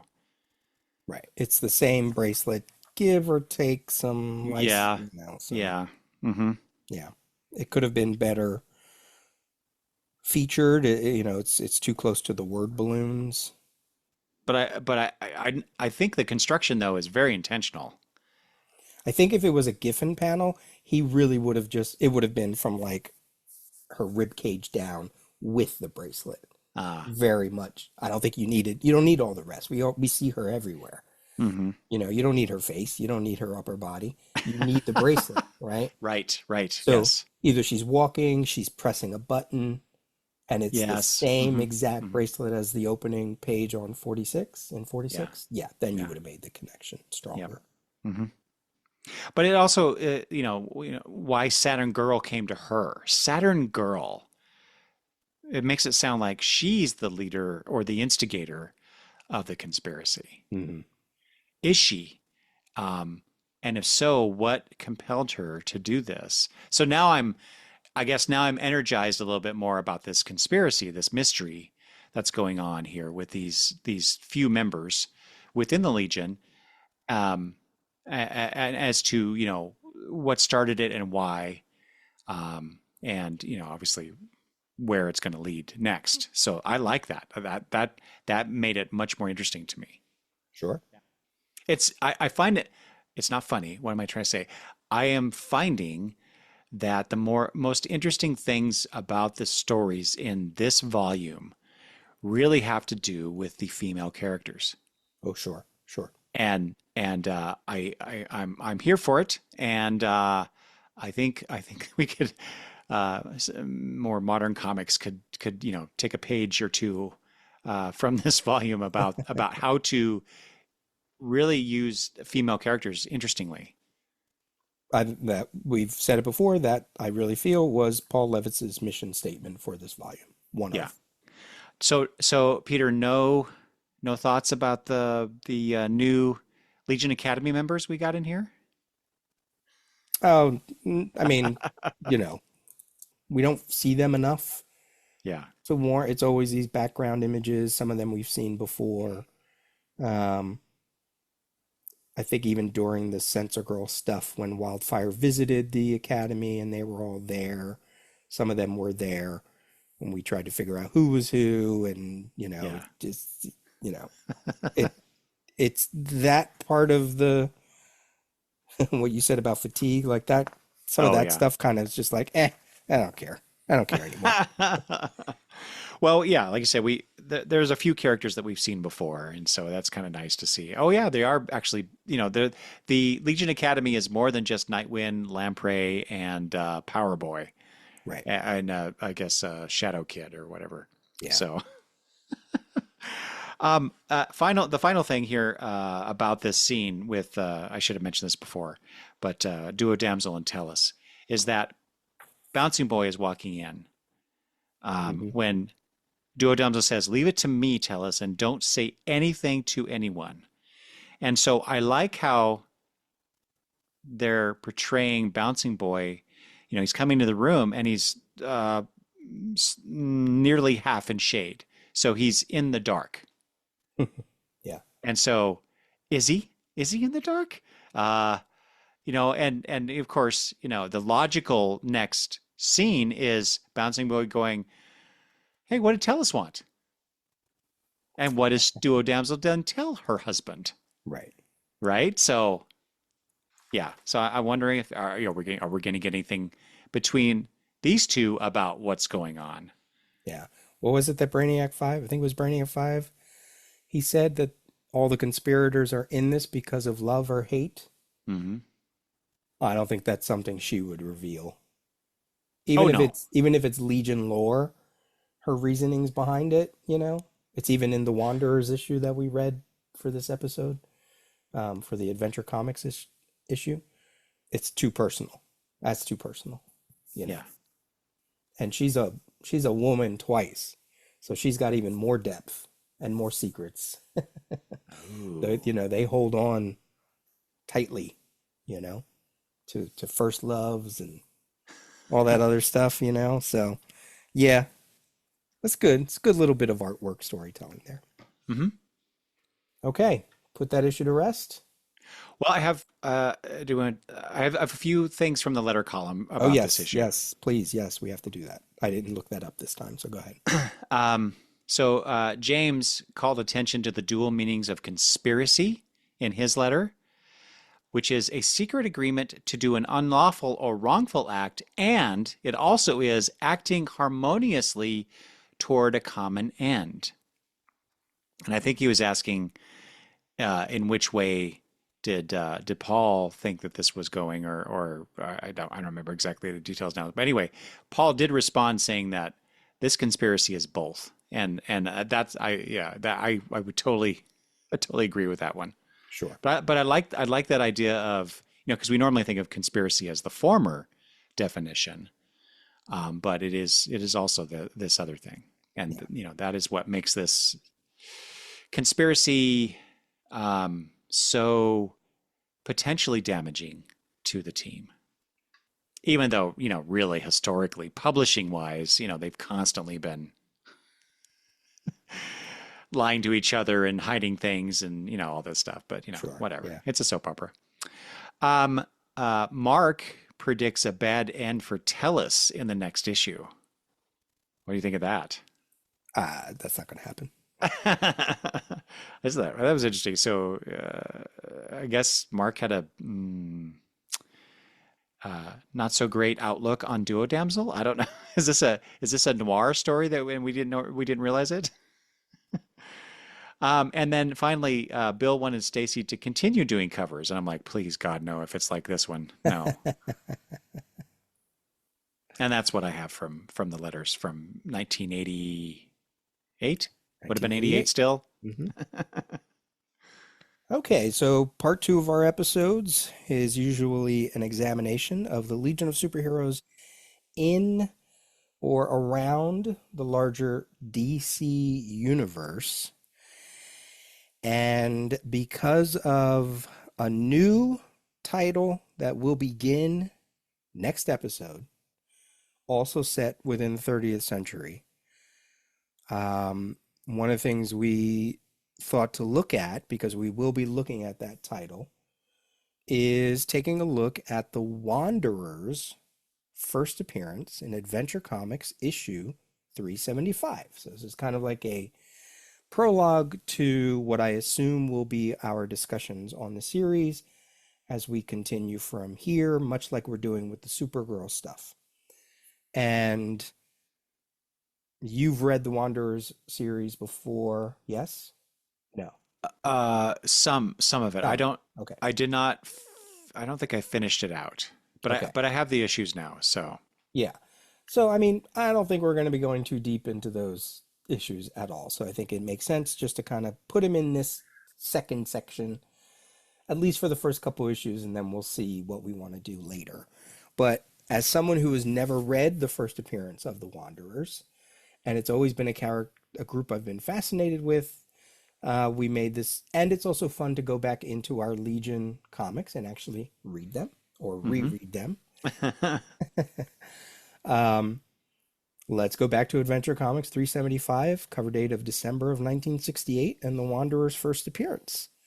And let's see what we can gain from that issue in anticipation of their new series and maybe from some of their other appearances, because pretty much after this, it was all just cameo appearances. yeah, exactly. In a issue entitled The King of the Legion. This is by Jim Shooter, pencils by Jim Shooter with Win Mortimer, inker Win Mortimer, letterer Joe Letterisi, and editor Mort Weisinger, with a cover by Neil Adams. Synopsis for this issue is the Legionnaires and the Wanderers meet up because they've both heard things about each other. And they make a pledge, and they have a pretty little obelisk to commemorate the meeting. And of course, because of that, something happens. And well, the first thing that happens is the Wanderers, as they are heading home, they go through a nebula, the Nefar Nebula, which I'm assuming is for nefarious. Yeah, of course. Right, right. Alters their personalities.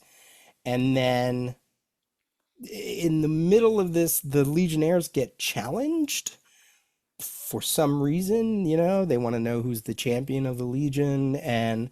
But then they also get this call that the Wanderers have stolen the 7 stones of lactose. So they decide to put both of those things together. We're going to have a contest to see which one of us is the champion of the Legion, and we're going to use the Wanderers as a way. We're going to go after them and use that as our determination. Very weird, right? Like, just only Jim Shooter could think of I this. was, yeah. Was he still 13 at this time? Making these stories up. Yeah, so then it becomes really just superheroes battling superheroes, with this odd challenge that is not part of that particular plot. Right. I was, for someone who has read this for the first time, when I finally got to it, and they do the whole March Madness thing, and as they go after the Wanderers, you get introduced to the Wanderers in the first part of the issue, but you only get introduced to 2 of them. Celebrand or Celebrand and Ornitho, right? And he's like, "Oh, here's our members. Here's Ornitho. He can change into birds." That's it. The rest you'll find out later. I was like, "Oh, that's weird." And then we get to the final page, and you don't get an answer to who the champion is, although you can make a guess. And the whole thing is to be continued. I said, I'm not reading the next issue. We were only supposed to read the first issue. The first chapter, and the second chapter is all about, traveling in time and a princess, and I didn't even know what. Yeah, So, that is the weirdest lead in to an issue yeah, like that. yeah. Yeah. By the way, Jim Shooter probably was about 16 or 17 when he wrote Okay. this. Maybe he was looking at that the creator-owned money there, by throwing in these new Wanderer characters. I mean, I think they're cool. Like, I do like their introduction because they both say things like, the want. Is it Celebrand or Celebrand? What would you say? I always pronounce it Celebrand, like Celebration. well, cerebral. He Mm, was he was the guy that would, I believe his powers were he could evolve. No, I'm thinking of a Volvo lad. Never mind. I don't know what I'm talking about. okay. However you say his name, he says, "We have heard great things about the Legion," and then they in turn say, "Yeah, we've heard about you too." But I was thinking, wow, like, how far and how remote must they be for them to have heard about the Legion? And then he does say, somebody says or the narration says, their own remote section of the universe which is great. Like, they're the Wanderers, they call them the Wandering Heroes. Like, all of that to me was always fascinating. The naming, the conceit of them, so fascinating. Even if you barely saw them, for the rest of the Legion history up until they get their own series. And then I remember seeing those ads and I was like, ooh, I can't wait to read that. But then I was out of comics by then. So I Ah, never read them. I only have issue 1. I'll read the rest of them on the app. Um, this particular issue, you got to see their characters, you got to see their powers, you got their names. Um, I was curious about some of them. Quantum Queen, for instance, first described that she has light powers, but then he says that he can change into any quantum radiation. So right away I'm going, wow, she's like an early version of Monica Rambeau hmm. in a way. The second Captain Marvel or Photon. you don't get much in their sense of like who they are, but you get at least some descriptions of their powers and such, which is kind of cool. The bird, ornitho, okay, that's fine, like no big thing there. Immorto, that if he kills himself, he can come back. Brainiac 5 says he has speed and marksmanship, like it's not far off from Immortal Man. DC already has a character named Immortal Man by this point. It's not far off from that. Dartalag, what a weird name. Like I was thinking, are they trying to hit like on D'Artagnan or why Dartolg or Yeah, Dartalag? well, it's yeah, Dartog, right? Dartog. Dartalg or something, Yeah. right? That's what? It's a And weird name. he shoots darts, different kinds of darts. So he's like, he's Green Arrow with a blow dart gun or whatever they call them. Right, right. Psyche, she can make you fall in love or she can make you hate you. That's kind of um That's like what's her name? Charma? mm-hmm. What's his name's companion? Grimbor. Grimbor, yeah. Elvo just he's like a swordsman. So it's not like they're necessarily completely original or whatever. Um, but enough that I was like, yeah, this is interesting. That's an interesting group. What will they do with them? The answer is nada. Yes, nada. The larger story, the battle between the Legionnaires, it's supposed to be a competition, but they said no, or yeah, they say it's a competition, not a fight. Meanwhile, they're duking it out everywhere, and I certainly have some interesting comments about that. Um, So wait, so how many were 7. Celebrand 7? And yet in the when they first meet up in the very first scene, I count 9 people in that Oh, interesting. the wanderers in the background. Oh, so maybe there's more. Ooh, that's like an untold story there. Yeah, exactly. Especially since when we go forward in publishing history, they really focus on just a few of them. Yeah, 6 of But I suppose they're like any other group, like the Legion. People come and go. them. Mm-hmm. Or what's the property that we can most make money off of potentially? It is what it is. It's a kooky story. The more fascinating element is are the challenges between the Hmm. Legionnaires and who actually wins. And Karate Kid bests Ultra Boy. Yeah, yeah. Wow. But then again, I don't know if it was before this or after this, but I've read earlier stories where Karate Kid takes out Superboy. In his first So appearance, he gave him the oh, name of the that Jimmy. there you go. Yeah. Yeah. Hmm. But it's so ripe with the Legion bickering and the Legion one-upmanship and the girls all like Shady's like, well, Monel's gonna win, and Duo Damsel is like, no, what about Superboy? Yeah. And then Phantom Girl's like, what about Ultra Boy? And then Supergirl's like, I don't want to be in it because I don't want to overshadow Brainiac 5. You're like, what? Yeah. Right. Only a 16, 17-year-old boy would write them that way. Right. Exactly. Yes. Um, And even Superboy is like, but you're not invulnerable, so you could be killed. You should just drop out right now. I don't remember who he was talking to, but I thought the Duo uh, Damsel thing was interesting considering the issue we just right. read. Yeah, Yes. Yes. yeah. Yeah. That long unrequited love that she had. Oh, this I thought was interesting. Ultra Boy is leader at this point. Hmm. I didn't realize that I don't know. I don't know my leaders. Yeah, I've always wanted to go back and read and by the way, I think he was only leader for half a term, Hmm. a normal term. They were doing this short period of time where leaders would serve shorter terms. And so, but I've always wanted to go back and read the issues in which he was leader to see how he fared in that, because I think this is the one and only time he's been leader. Don't quote me on that, but I would probably guess it probably wasn't a very well regarded tenure, but Yeah. And there's other Legion stuff too that's interesting. some comments when they get the challenge in the first place. It's this gauntlet that comes out of nowhere and starts to write on this semi-indestructible metal. And Superboy said, "Shades of Belshazzar," which is from the book of Daniel. I looked up. I was like, Oh, whoa, wow, okay. Which has to deal with like writing on a wall at a party or something. I don't know. okay.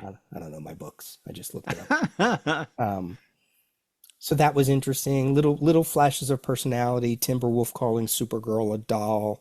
So I was like, oh, that could be that little bit of Timberwolf, his little himbo personality coming through. Um, Also that Timberwolf and Chemical King are sort of new at this point. Right. And I don't know if this has ever been discussed, but it's so interesting that everybody's a boy and a lad and a lass, but he's a king. Yeah. Is he the first one to have like what we would consider an adult Legion title? I think so. Yeah. I mean, Yeah. other than things that are not. Well, wait. Who else would there? Like Yeah. Brainiac 5 doesn't have Yeah. any. Right. Exactly. Yeah. Yeah. Hmm. So that hit me with this issue. Also, it was interesting as it was playing out. There's no roll call at the beginning, right? And then you go from scene to scene to scene, and then they just keep going and throwing, oh, some boy's in this story. Now Shrinking Violet's in the story. Now this person's in the story. This person. It's like they just kept they wanted to make sure everybody got in it, but you had to work your way through the issue almost in a forced way. Like somebody was like, oh, Supergirl says, oh, I don't want to do this because I'm in love with Brainiac 5. I don't want to overtop him. By the way, Saturn Girl already is doing it, and she's over there talking to Lightning Lad. Let's not forget that Lightning Lad is in this issue, or a member of the Legion. That's how it read. It almost was like the story was the roll call in a weird way, Oh, yeah. as opposed to just showing them all at once and letting them be in the background. Yeah. If you hadn't said this was written by Jim Shooter, I would have sworn it was written by somebody newish to the Mm. Legion. And I think that's really it. It's an interesting introduction for a team that gets no other play and gets built up for this story, really. It's just to give the Legionnaires something to compete against. Yeah. I would have been somebody probably would have written a letter, been like, okay, I'm ready. Show me their part of the galaxy. I want more Hmm. of these characters. And it only So took Superboy and Legion of Superheroes 200 came out when? 70 something, I'm sure. 73, 74, I'm going to guess. cover date February 74, so I have to imagine at the end of 73. Right. So yeah, I guess that's only what, 5, 6 years. Hmm. So that's not too bad for a group that nobody ever wanted. But it's barely an appearance. Right. Yeah, that's the thing is that the next, yeah, everything else is just they're in the background. Or well, no, I take that back. The Superboy and Legion 200 issue is the duo damsel and bouncing boys wedding, Hmm. which is why I made that that comment about um, duo damsel's unrequited love because she's moved on at this point, and now they're getting married to a bouncing boy, and of course they're in the background along with a bunch of other characters. Um, same in Legion 300. They're just in a group shot of everybody that's there to celebrate the Legion Hmm. in that issue. But what I found interesting rereading this because it's been a while since I've looked at the Great Darkness saga, but in Legion 294, they actually are doing something Hmm. in a scene. I think it's just one page, maybe 2 pages. I don't remember now, Right. but helping to rescue Dev M from the dark side possessed Daxamites. And I don't have that issue right next to me right now, Peter, but because I don't remember who else. I think there's only like what 3 or 4 of the Wanderers Yeah, show you up. see Celebrand, you see Ornitho, you see Dartalg. You see, I'm assuming it's Psyche. She's wearing a green costume as opposed to what she's wearing in this one. Um, you could say maybe that's Immorto. Hmm. There's like somebody's getting blown up, and it could be Immorto. Yeah, so I wonder at this point. So they bring them back in these cameos. They and Paul and Keith develop this scene with them, and then I think that's when we start to see like I said, there were 9 characters, but then we start to see far fewer, well, not far, but fewer characters going forward in Right. these other appearances to the point where when the Wanderer series starts up next month, um, then they're really only focused on I think a half a dozen or so. They also showed up in History of the DC Universe, number In 2. that, yeah, we talked about that in that wonderful, I think it was a 2-page spread of showing all those characters, and yeah, of course they were in that. I still want that as a poster, damn it. Yeah, they were in. So you have the Legion, and then the next page is the heroes of Lawler and the Wanderers. And in deepest space, another set of heroes grew to become legends as the Wanderers sailed throughout the universe. Their successes were many until their sudden disappearance. So I wonder if that's the first time the disappearance was brought up, because History of the DC Universe came out in 1986. And we've read in one of the Legion stories just in the past couple episodes where a group of Legionnaires came back and they were like, oh, yeah, we were trying to help the Science Police find the Wanderers, Hmm. but I don't know where they're at. So I wonder Yeah, if the history was the first thing to mention that. but, yeah. I'm glad you brought this up because I had a question about that. So, Legion 294, they're there. Yep. This is part of the Great Darkness. Issue 42 of this volume mentions they disappeared after the Great Darkness, but they appeared in issue 300, which followed the Great Darkness in that cameo shot. Could it be because that's just a, Yeah, yeah, it's supposed to be a pinup of the Legion and supporting characters and all that. Sure, yeah. but yeah, it's really interesting that the history of the DC universe mentions that. And It's then in their Who's Who entry, it also mentions that, which came out like yes, a month later or so. it's like, well, wait, who wrote History of the DC Universe? Was written by Marv Wolfman. Hmm. Who wrote the Wanderer's entry and Who's Who? Oh, that's, you almost can't even tell.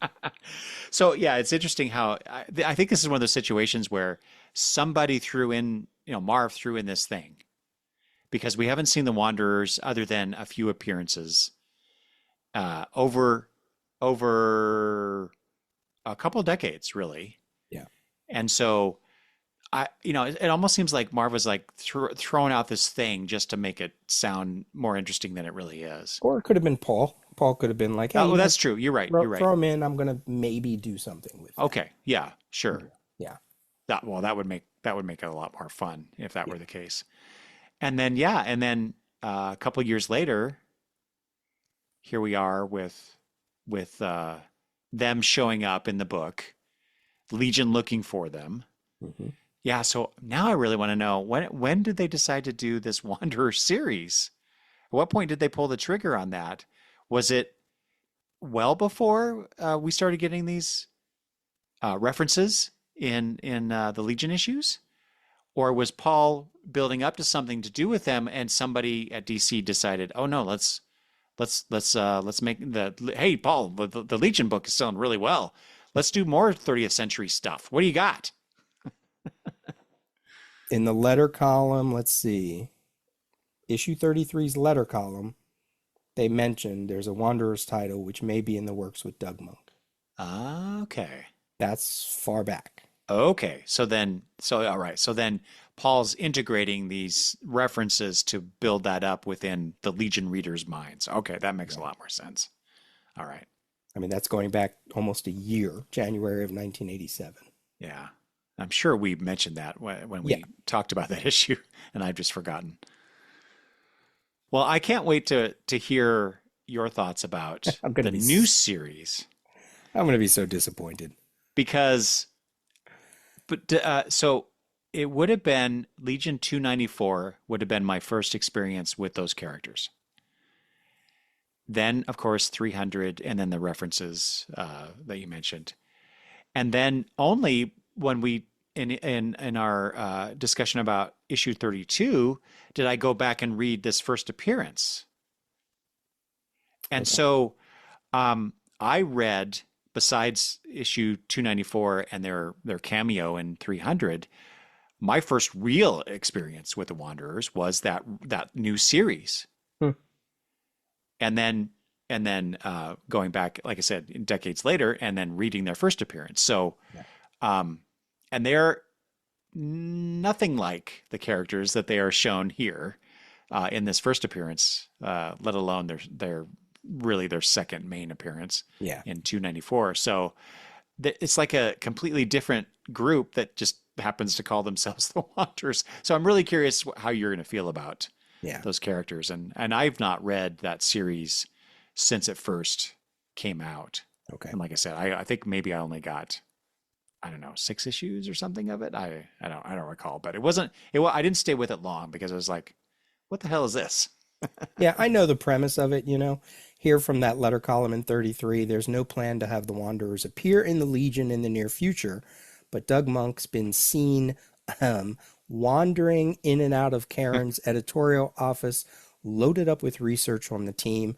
Words out that he's developing a premise that would explain exactly where they've disappeared to these past few years. We shall see. All right. All right, next up, let's continue our journey throughout DC Comics. Who's Who in the Legion, issue number 2, also released in February of 1998 or 1988.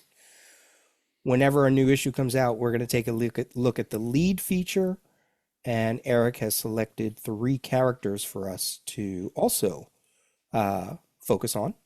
And we will do this every episode. We'll just take a look at 3 characters, whether it's from the latest Who's Who issue that also came out in 88, or we do one from issue 1, one from issue 2, etc., etc. So you've picked for this one Pharaoh Lad, his brother Douglas Nolan, and Duo Damsel. Yes, and I thought I was being so clever by choosing a twin theme with Yes. with this, but don't expect that I will do themed choices in the future. Let's start with the lead feature, which is a history of the Legion of Superheroes, as told with the host of Metropolis Tonight, Morella Tau, who also happens to be dating Timberwolf from a few random appearances we saw in Legion of Superheroes.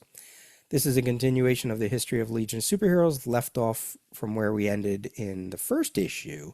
But this one had a little more focus on the villains this time around until we got to some of the newer members of the Legion from Shadowlass on, or, well, from Sunboy and other members.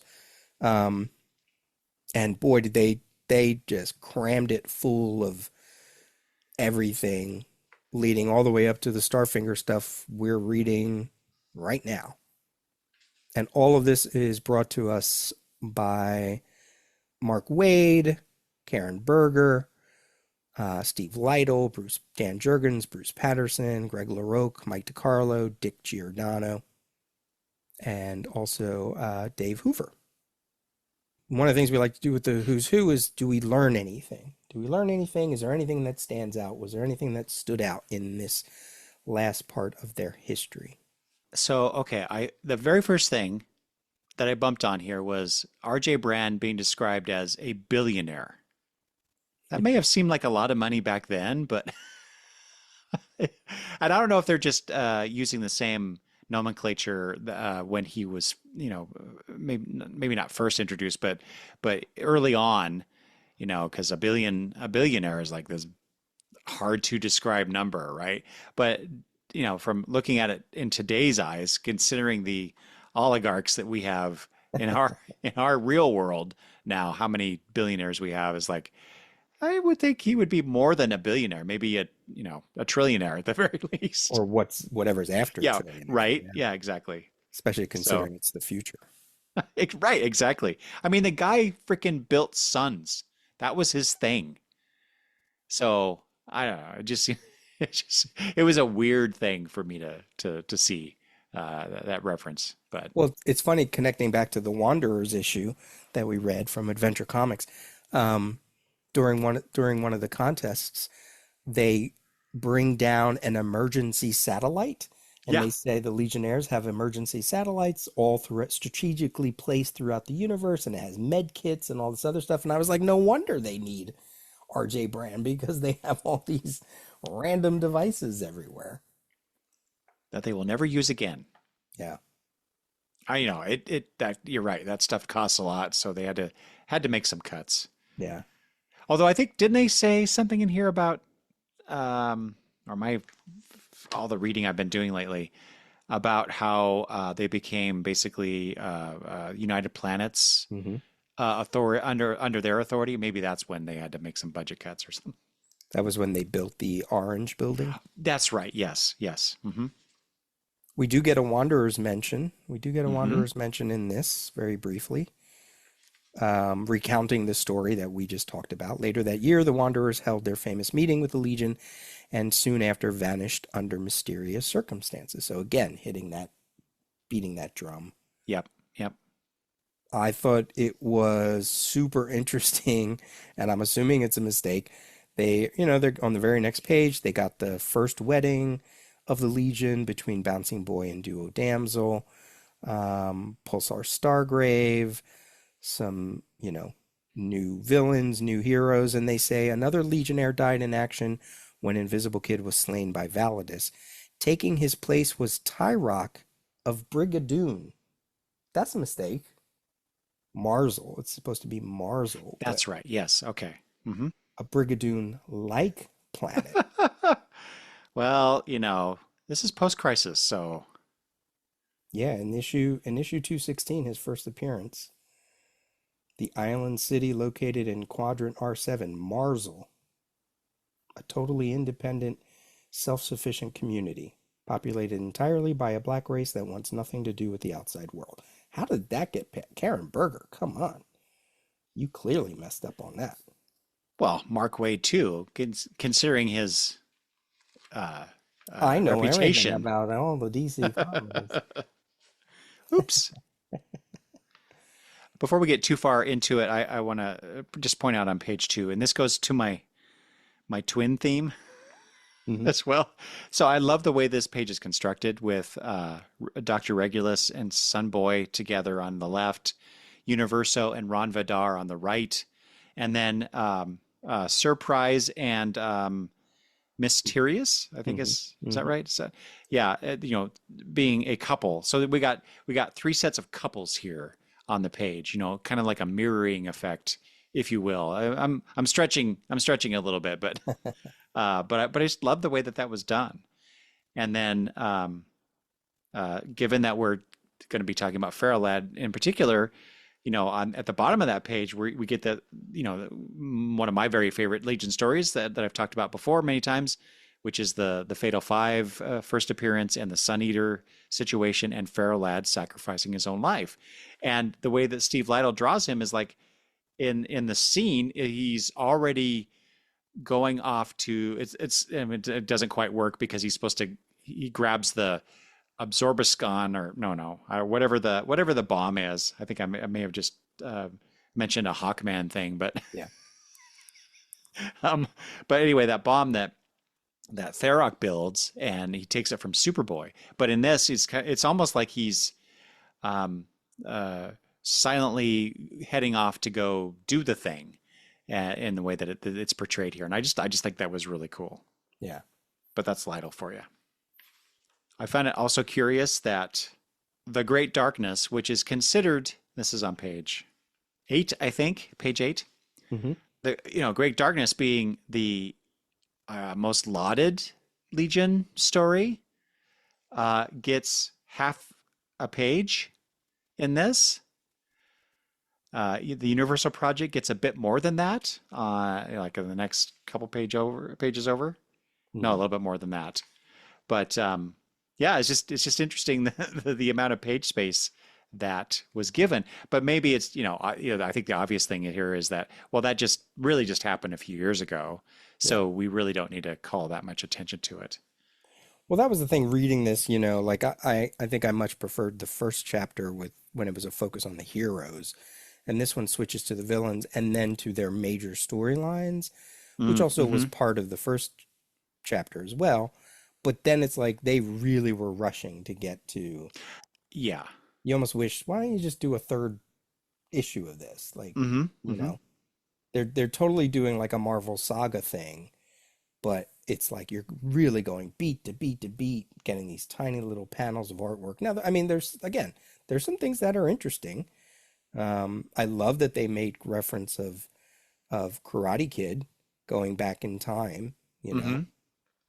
because that's a blind spot for me. I've never read that series. Um, so that's cool. That's part of their Legion history. Okay. I love the nugget where if we jump ahead um, to Superboy's funeral and they say his funeral was attended by billions. Yes. I love that too. That's cool. That's awesome. Yes. And then, but right before that, Projecta Morella Tau is talking about how Projector said farewell forever from the team. And that is great because, of course, from her, from the outsider's perspective, Projectra is not in the Legion, Right. right? Even though we know who Sensor Girl is. Hmm. So, and then later it mentions Sensor Girl is still the mysterious Sensor Girl. It's just I love that little nod to um, the consistency of the world in that way. I Right. thought that was just delightful. The other one along those lines of what do they know publicly versus what we know as readers is if you go back to that same page with saying farewell, Projector saying farewell to the Legion, where they get to the birth of the twins. Legionnaires were pressed into various duties. The first of the next generation of Legionnaires was born to Lightning Lad and Saturn Girl. Their sons, Graham and Val, were twin children, following the genetic tendencies of Lightning Lad's people. While one twin was kept in seclusion on Medicus 1 for some time, both are now healthy toddlers. Public doesn't know that twin was Validus. Right? You know, cool little cover story going on there. Um, to as they present this as a news feature. So I love that. That's a great bit of writing. Yeah, yeah. Those are my notes. You have anything else for that lead feature? Well, I know pretty sure this is not in here. So one of the things I noticed was missing was a reference to the Reflecto story, Mm. which is the when I first really started collecting the Legion. And I was just wondering, was there any other major storyline that you felt that they were excluding or overlooking? I mean, like I said, I mentioned the Millennium. I think that's, Mm-hmm. but again, that could be because of the nature of the story. I think you're right. They would keep that um, away from the public. Mm-hmm. But they seem to really hit on a lot of the major I mean, they got Omen in there, Omen and Prophet, and they have Right. that Talok story with the Persuader and that Lady Memory character or whatever her name is. Mm-hmm. And maybe the end of the Dark Circle might have been interesting. Did they have that? No, they don't have that one. Mm-hmm. With Dev-Em and the clones of Dev-Em. The only other thing I have here is this weird reference when we get to the new members like Tellus. Um, they talk about the new five members. They are the next generation of Legionnaires, bringing new genetic diversity to a group that has already become an institution. And I suppose, I mean, technically, they're all not human, from Earth, I mean. Yeah. So is that, I mean, it just seemed like they were really going for, hey, look, we have an alien looking uh, Legionnaire now called Tellus. Yeah, I think it's really just to hit on Tellus and Quizlet. But to say genetic diversity as opposed to, I don't know, some other way to put that. Oh.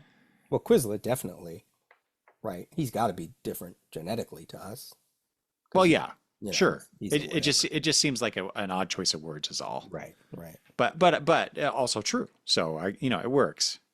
right. I don't think in the future they would have necessarily made a point of that, but it is 1988, and we readers need to be reminded.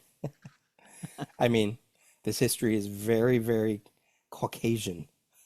Yeah, that is very true. Yeah. So, Too much so, unfortunately. yeah. Okay. That's the lead feature. Pretty artwork here and there. Would Hmm. love if Steve Lytle could have done everything, but he's Yep. not. He's not a robot. More's the pity. Yeah. So let's go to your selections. Feral Lad, Douglas Nolan. Feral Lad is drawn by Dan Jurgens and Robert Campanella.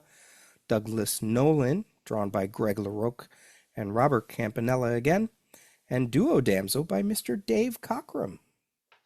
Well, first of all, I want to say, Peter, this was very difficult because I wanted to choose Dream Girl and I wanted to choose this character and the Fatal Five are in here. My favorite Legion villains, just so many. And then, yeah, for some reason, I landed on uh, the two twins. And yeah, we learned a lot here, like with Feral Lad and his brother. Mm-hmm. In fact, the entire familial history is completely new. Right.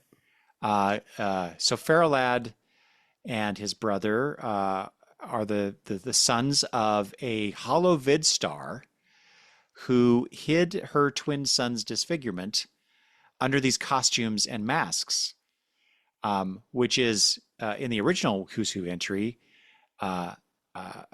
Andrew Nolan, Feral Lad, made the costume that he appears in this issue, and in any of his Legionnaire appearances or Legion appearances. So no differences in the stats, unlike last time that we talked about these entries, at least in Feral Lad's case.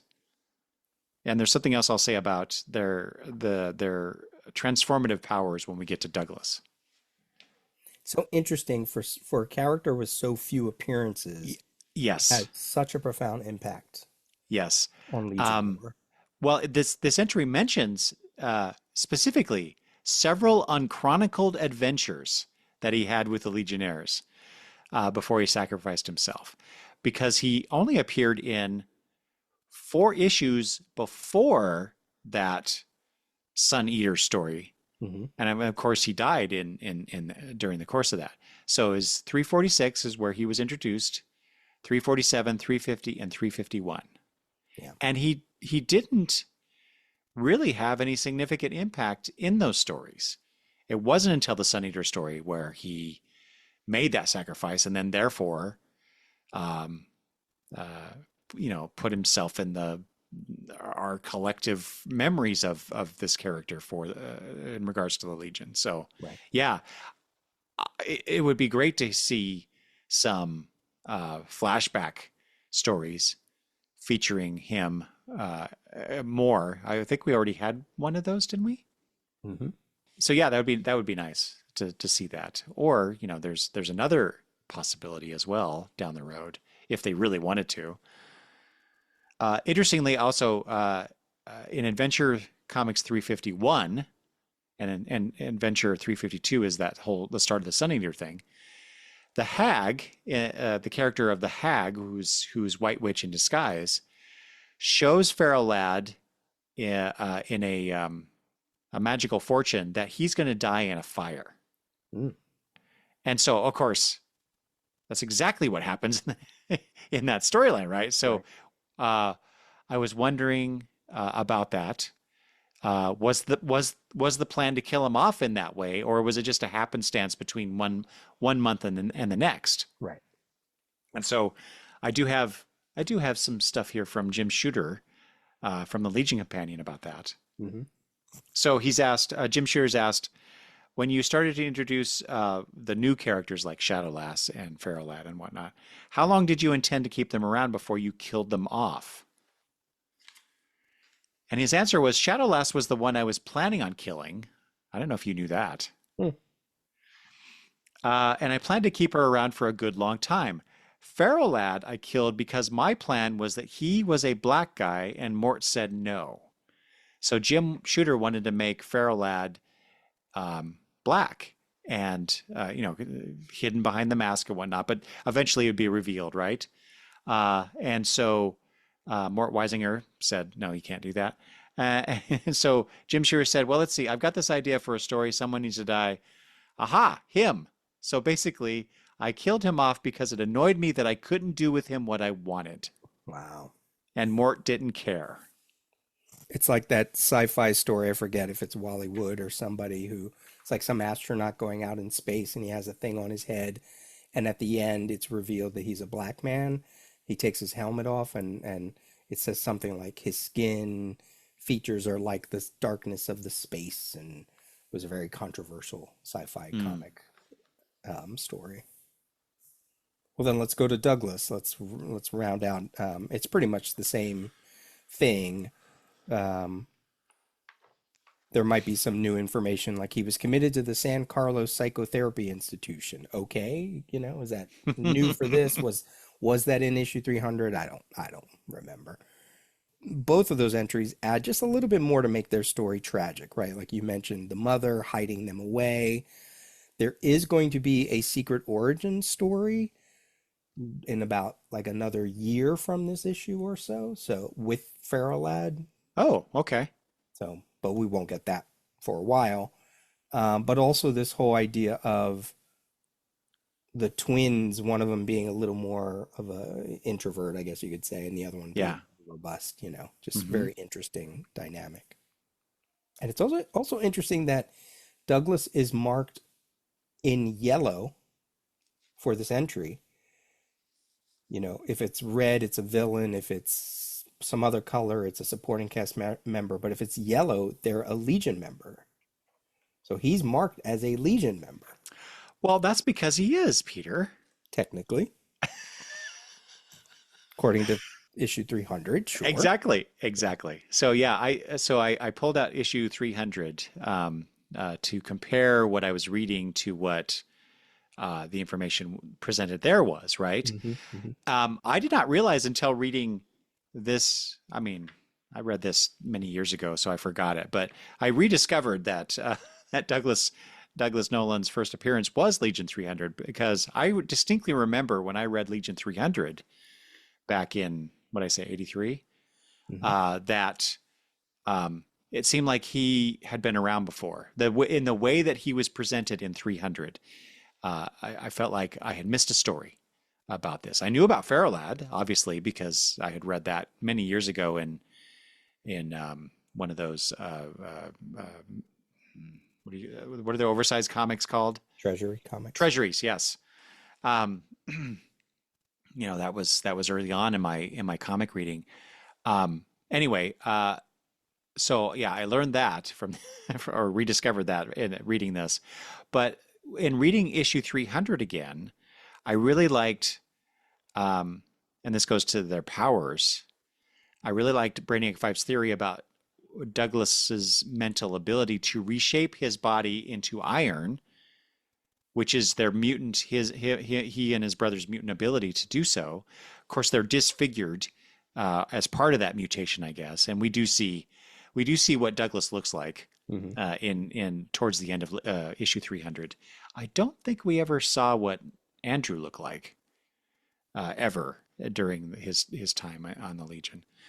But Brainiac Five's theory is that that mental ability to transform their bodies allowed Douglas anyway to seek out the alternate realities that play out in issue 300.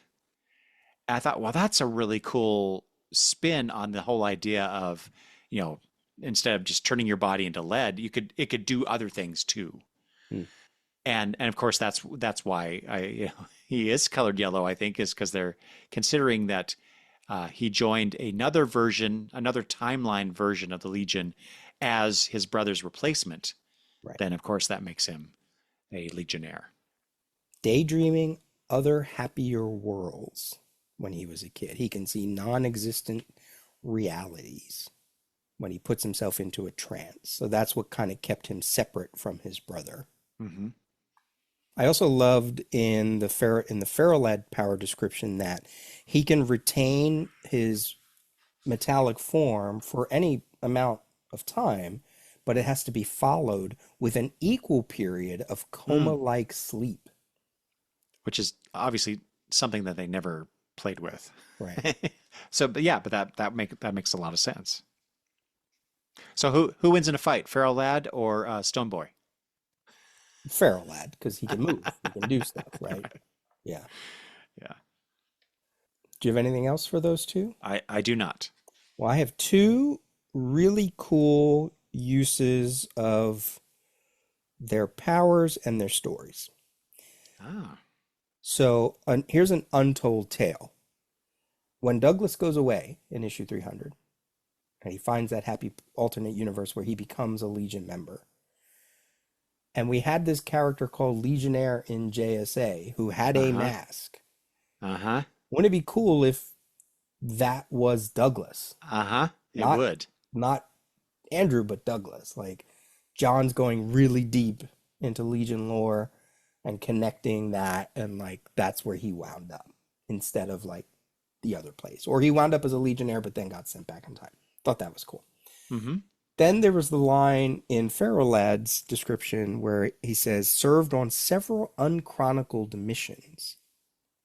And Mm, there's tons of untold stories with the Legion. Like their first encounter with Mordru, I think, is still right. untold. My proposal, world's finest Legion of Superheroes, Yes. as told in the vein of Batman Superman World's Finest or World's Finest Teen Titans, set in the height of their era or anywhere in their stories, telling all these untold tales, kind of like classic X-Men, um, but get new creators. Like you have to get a new creator. You got, maybe it's an anthology title, whatever. Not Mark Waid, he's done. I don't want Mark Waid to write another Legion comic. Jeff Johns, I don't want Jeff Johns to write another. He's No, done. no. Done. We can't trust that he's live up to the schedule. But, you know, you can slightly update their costumes, but still stay the same. You could put it in that old flavor of them going to the space ice cream store and the space zoo and the space this. And I think that'd be really cool, even if it's like I do 12 too. issues. Yes. World's finest Legion of Superheroes. God, You can have a yes. Legion book. We don't have to worry about where it's set in the present and the new ideas. Nope, let's just get, put him in the same Kurt Swan and Jim Shooter costumes and Dave Cockrum, like whatever. Like make him look like exactly like we could fit it in between some of the issues we already have. That I think that'd be great. Brilliant. So thank Put you, put the pit DC. put the pitch together and send send it off. Give me a paycheck. All right, Duo Damsel. My God, that's a great thing. All right, Duo Damsel. We already talked about how she's the first non-charter member. And I there's don't. two places that they said that. They said that in the history, right? I think, and then she said it, or like I feel like previous to this, I've always sort of thought, well, is it Phantom Girl? Is it? But now, this is it. It's on the page. Yeah, It's Triplet Girl. Duo definitive. Damsel. Yeah, Yeah. yeah. Hmm. They continued the. So we before we had talked about Bouncing Boy, and there was a little thing in there about the family situation on Duo Yeah. Damsel's side, and they continue that here, which is great. Basically, she experienced some alienation from her own people after one of her triad forms died, Mhm. yeah, being killed by Computo. Um, I wondered if, besides being uncomfortable around Computo, which I do recall, especially when Brainiac 5 made captured Computo and transformed it into the major domo of the headquarters, there was some tense moments there that were on the page. But I wondered if there was ever any exploration of that trauma that she should have felt by losing one of herself Hmm. in that old Silver Age story. I don't ever recall ever seeing anything from issue 275 on, which is when I really jumped into the Legion. So I think that's one of those untold stories that could have a lot of really good impact. Exploring mental health, exploring grief, that kind of stuff. So I thought that would be a really neat thing to do with this character in particular. So Maybe in something like a World's Finest Legion of eh, Superheroes. who would think of such a thing?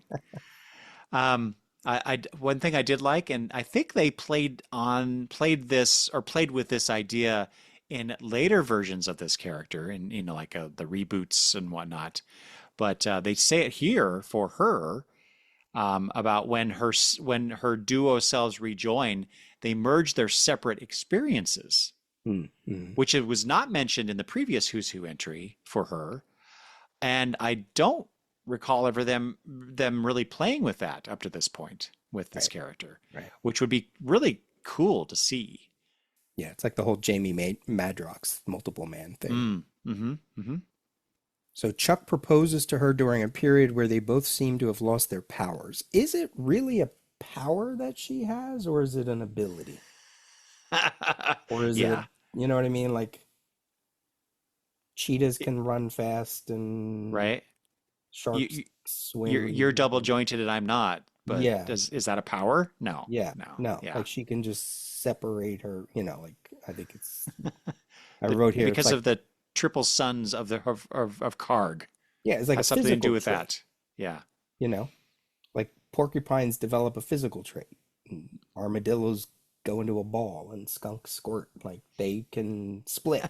Like, you know what I mean? Like a lizard can grow, you know what I mean? Like, is it a power or is it just a, Well, it doesn't doesn't that apply to Phantom Girl as well? Don't all oh, I don't know how to say that damn big planet's name. yeah, Bajizillions.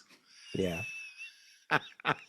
So yeah, there's a lot of that where they're not really powers. They're just the only one of their kind on the team. So Right, right. her costume.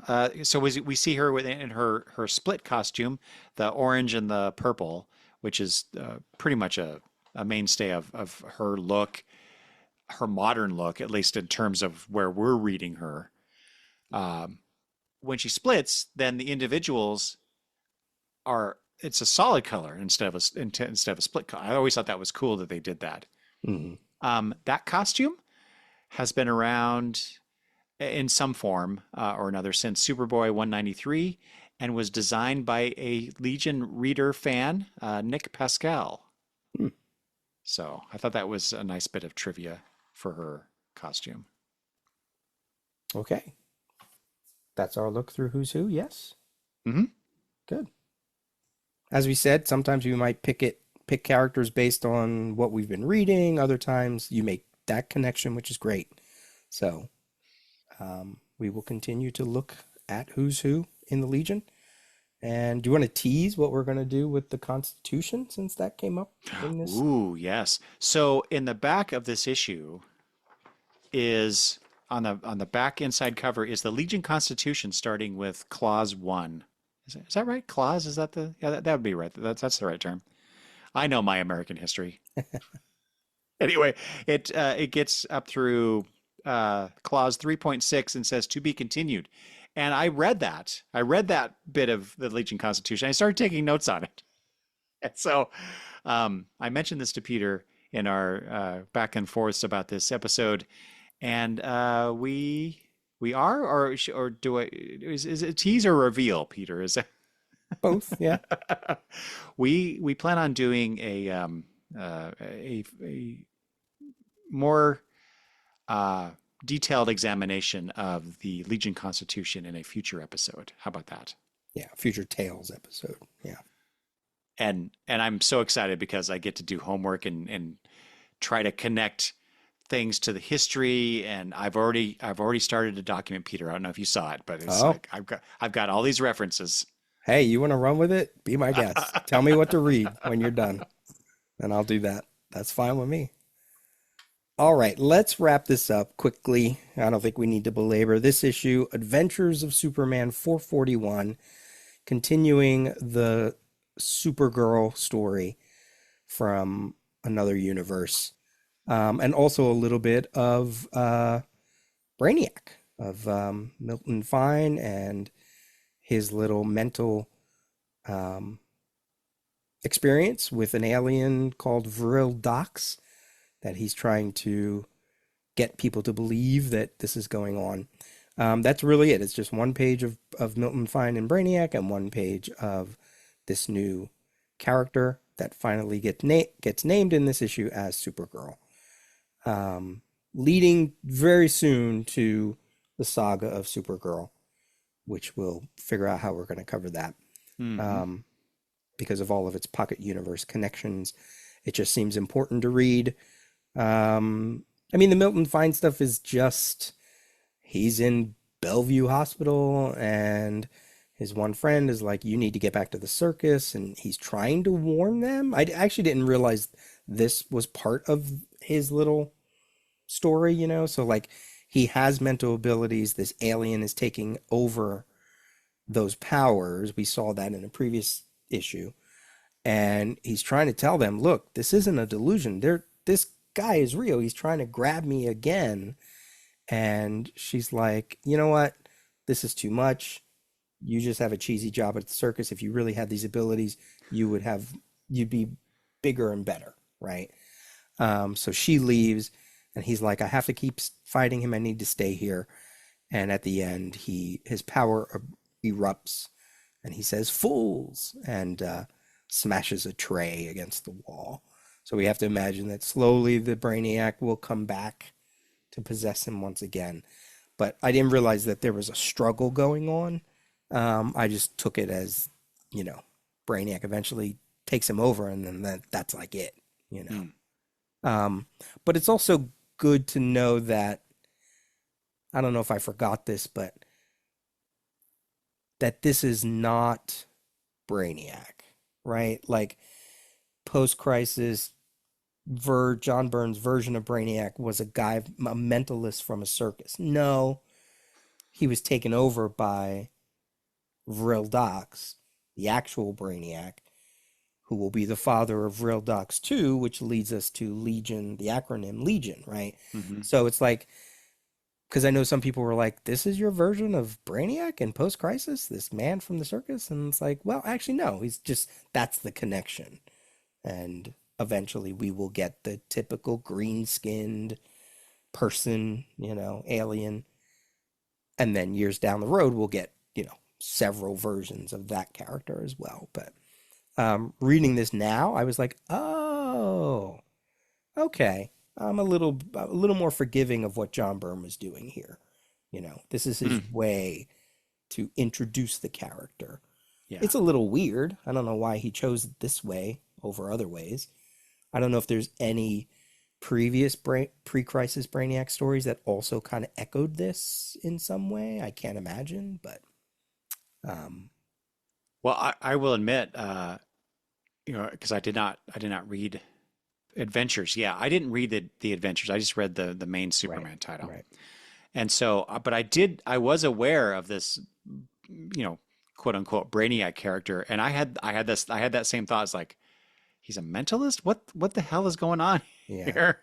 Yeah. So I totally missed all that. That yeah. it was the real docs until the acronym Legion, where it was made more the connection to the alien doxes Yeah. was made more clear, at least to me. And we do get eventually the character does come to Earth. There's that really great story called Panic in the Sky, which I liked, which was a Brainiac story. So we just have to live with this character for a little bit here.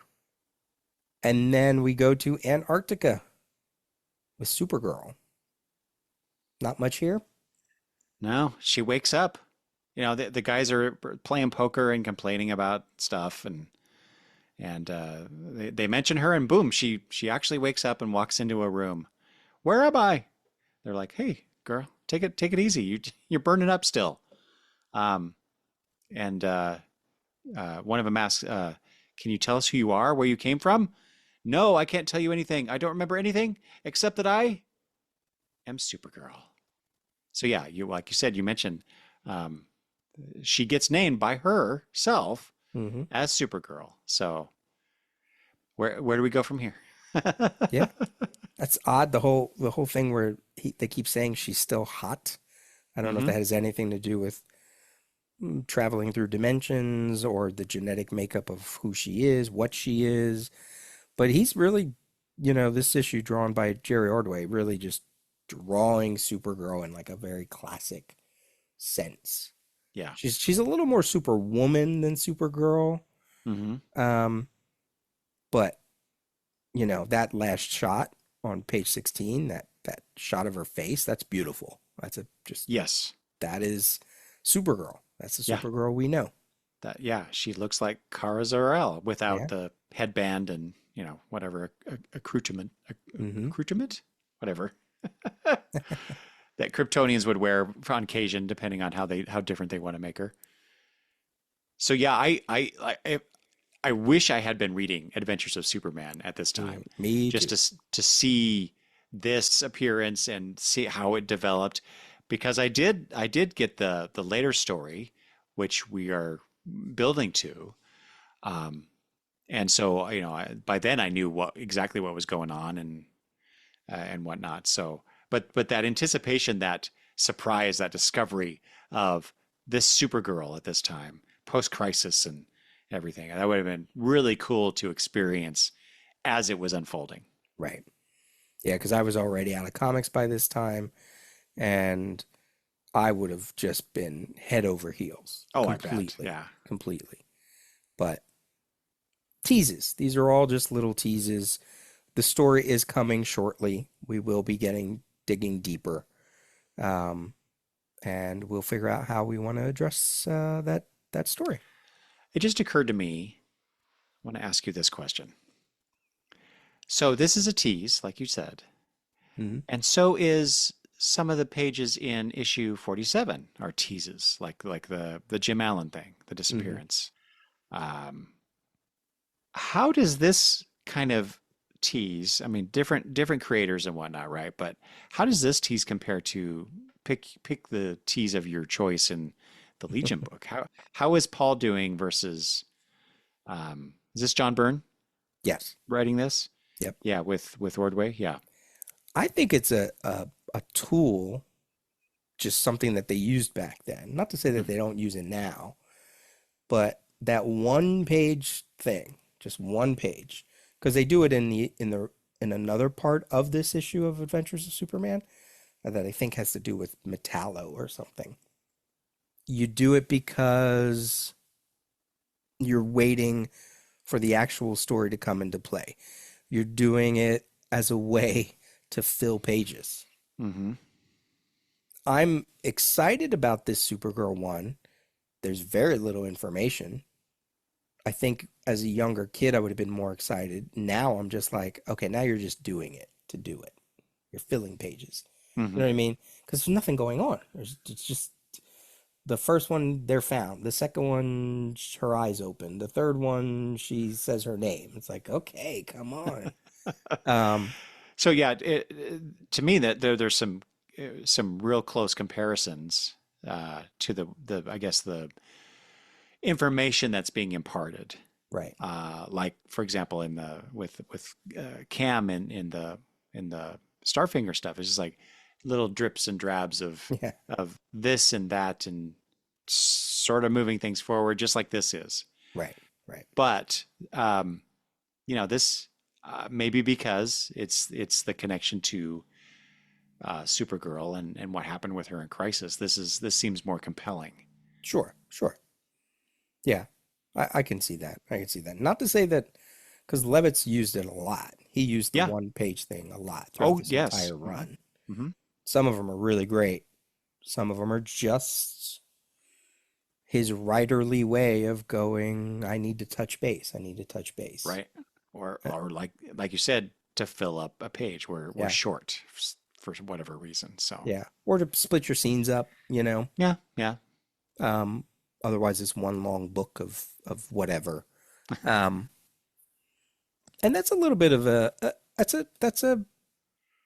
skill, you know. There are some modern writers that I think could benefit from reading older stuff and looking at pacing, Hmm. looking at page turns, looking at where to end scenes, looking at captions to start a new scene, artists that could benefit from looking at Perez, who was really great at using opening panels to locate, to suggest new settings. Giffen is great at that. Um, yeah, because comics are a visual medium. And not only is it about the artist, but it's about your eye following, learning how stories are told visually, panel layouts, you know. So the one page thing is great. Um, it's a nice break for the reader. So yeah, it's we're doing it because I said we should do it. You know what I mean? And it's like every time, and then we get to them, and it's like, God, that was so boring. You know, on some level, it's boring. Not much to talk about, but Yeah, yeah. we're just making note of it. But as you know, it builds up though. Yeah, So yeah.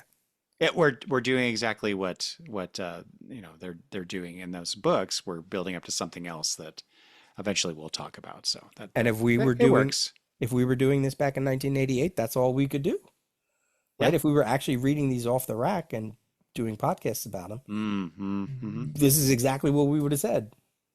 Okay, this happened. Now what? I don't know. Right. And that's kind of how we do the podcast. You know, we kind of treat it as we don't know what's coming, even though we do, and try to see how it works. How Mm-hmm. is it constructed? So, well, we are true to form. That's probably close to a 3 hour episode. Yeah. Yeah. Yep. So, You have good. your work cut out for you in the editing process. Oh, that's all right. I'm going to cut out 8 hours of it. So, yeah, good. All right. Well, let's return sooner than later. Mm-hmm. Let's get through this conspiracy story because I can't take another episode of us not liking the issue. You know what I Yes, mean? I'm so hopeful now Yeah, that it will improve the next issue. yeah, yeah. Because then I'm gonna just be like, well, let's just jump to 50, Ah, yeah. but we can't do that. So, all right, where can they reach you for feedback? If they would like to reach me for feedback, Peter, they can reach me at longboxreview@gmail.com. And how may they reach you? Peter at thedailyrios.com. Anything you want to let them know about the Longbox review? About your new updated website or anything? Ooh, I have a new updated website. Yes, I got tired of the way it was looking, so I wanted to give it a little zhuzh. Yeah, yeah. I'm a big fan of more rather than less. Like, Yeah, that's vertical scrolls are like good for the phone, but on like a yeah. laptop, yeah, Yeah, that's exactly why I wanted to change that up is because it's like, well, if you go to the page, then you're going to basically see one thing. yeah, And I wanted people to see multiple things yeah. at once so they can more easily see I've got more stuff going on than just that one thing I posted, how many weeks ago? I don't know. I don't know what it was. So yeah, thank you for mentioning that. Sure, sure, sure, sure. Also, I've been, if you don't mind, I've been doing these since we were talking about old comics. I've been going back through my comics history and talking about things like stuff that came out in the late 70s. Hmm. I'm in mid 1979 right now, Right. so Yeah, that's been a lot of fun. yeah. Those are a treat. That I started to do that years ago and just got like 1 month in, and that was it. But they're so interesting because it's like you get to see how your comic reading developed and Yes. what characters came before other characters, what storylines did you know, what creators did you not realize you were reading before you Hmm. became familiar with, Um, yeah, I love autobiographical journeys like that. Big fan of Okay. that. Always a big fan of that. And then when you do the pull list review episodes and you're like, I read 60 comics this month. I'm like, Jesus. Now that is a rare occasion. I'm more in the 30, 35 range. That's a lot. That's a Yeah. lot. Yeah. So everybody's wondering, Peter, when is the Daily Rios gonna put out another episode? What are your plans? Well, I just dropped year 13. That's And right. well, technically the 12th anniversary. I'm in year 13. Hmm. My 12th anniversary was back in July 2nd. Um, so I put an episode out just to catch everybody up. I haven't put one out in a couple months, but I'm, slowly getting back in the mix. Not too worried about schedules, like trying to keep my sanity as well as doing all these podcasts. But no, I'm definitely planning on getting back into it because I love podcasting and Hmm. I love talking about stuff that nobody else is talking about or in formats that they're not doing. Um, this would be Digest Year 4. I tapped out at Digest Year 3.5 or Volume 3.5, I should say. So I'm gonna try to do a mix of both and just Ah, see what it is. People gave some really good suggestions. Like do the volume 3 and like try to do a bunch of them in one episode, but they're already an hour long. Like I can't do yeah. too many. Um, but then definitely just jump ahead and just start doing volume 4 as well, which I'm like already 2 weeks late, but that's okay because like I said, I'm not worrying about schedule Good. right now. Yeah. I just want to get things out. So soon enough, soon enough. God, and not to mention all of the, building up to the CGS 20th Yeah. that you guys are doing over there. So that's awesome. Yeah. I mean, really, we have no idea what we're going to do. Ha! We haven't planned anything yet. So, right now we're just doing the episodes again, in full force and under old management, I guess you could say. Um, so that's been a blast, just getting back to that and the old traditions come back, the old flavor of it comes back, but we're also trying to spin new things as well. So, yeah, I'm doing a lot for free, but Yeah. that's okay. That's the fun of it. So, all right, let's roll out of here. Alrighty. As always, listeners, Long long live live the the Legion Legion Project Project Podcast. podcast. See ya. Bye bye.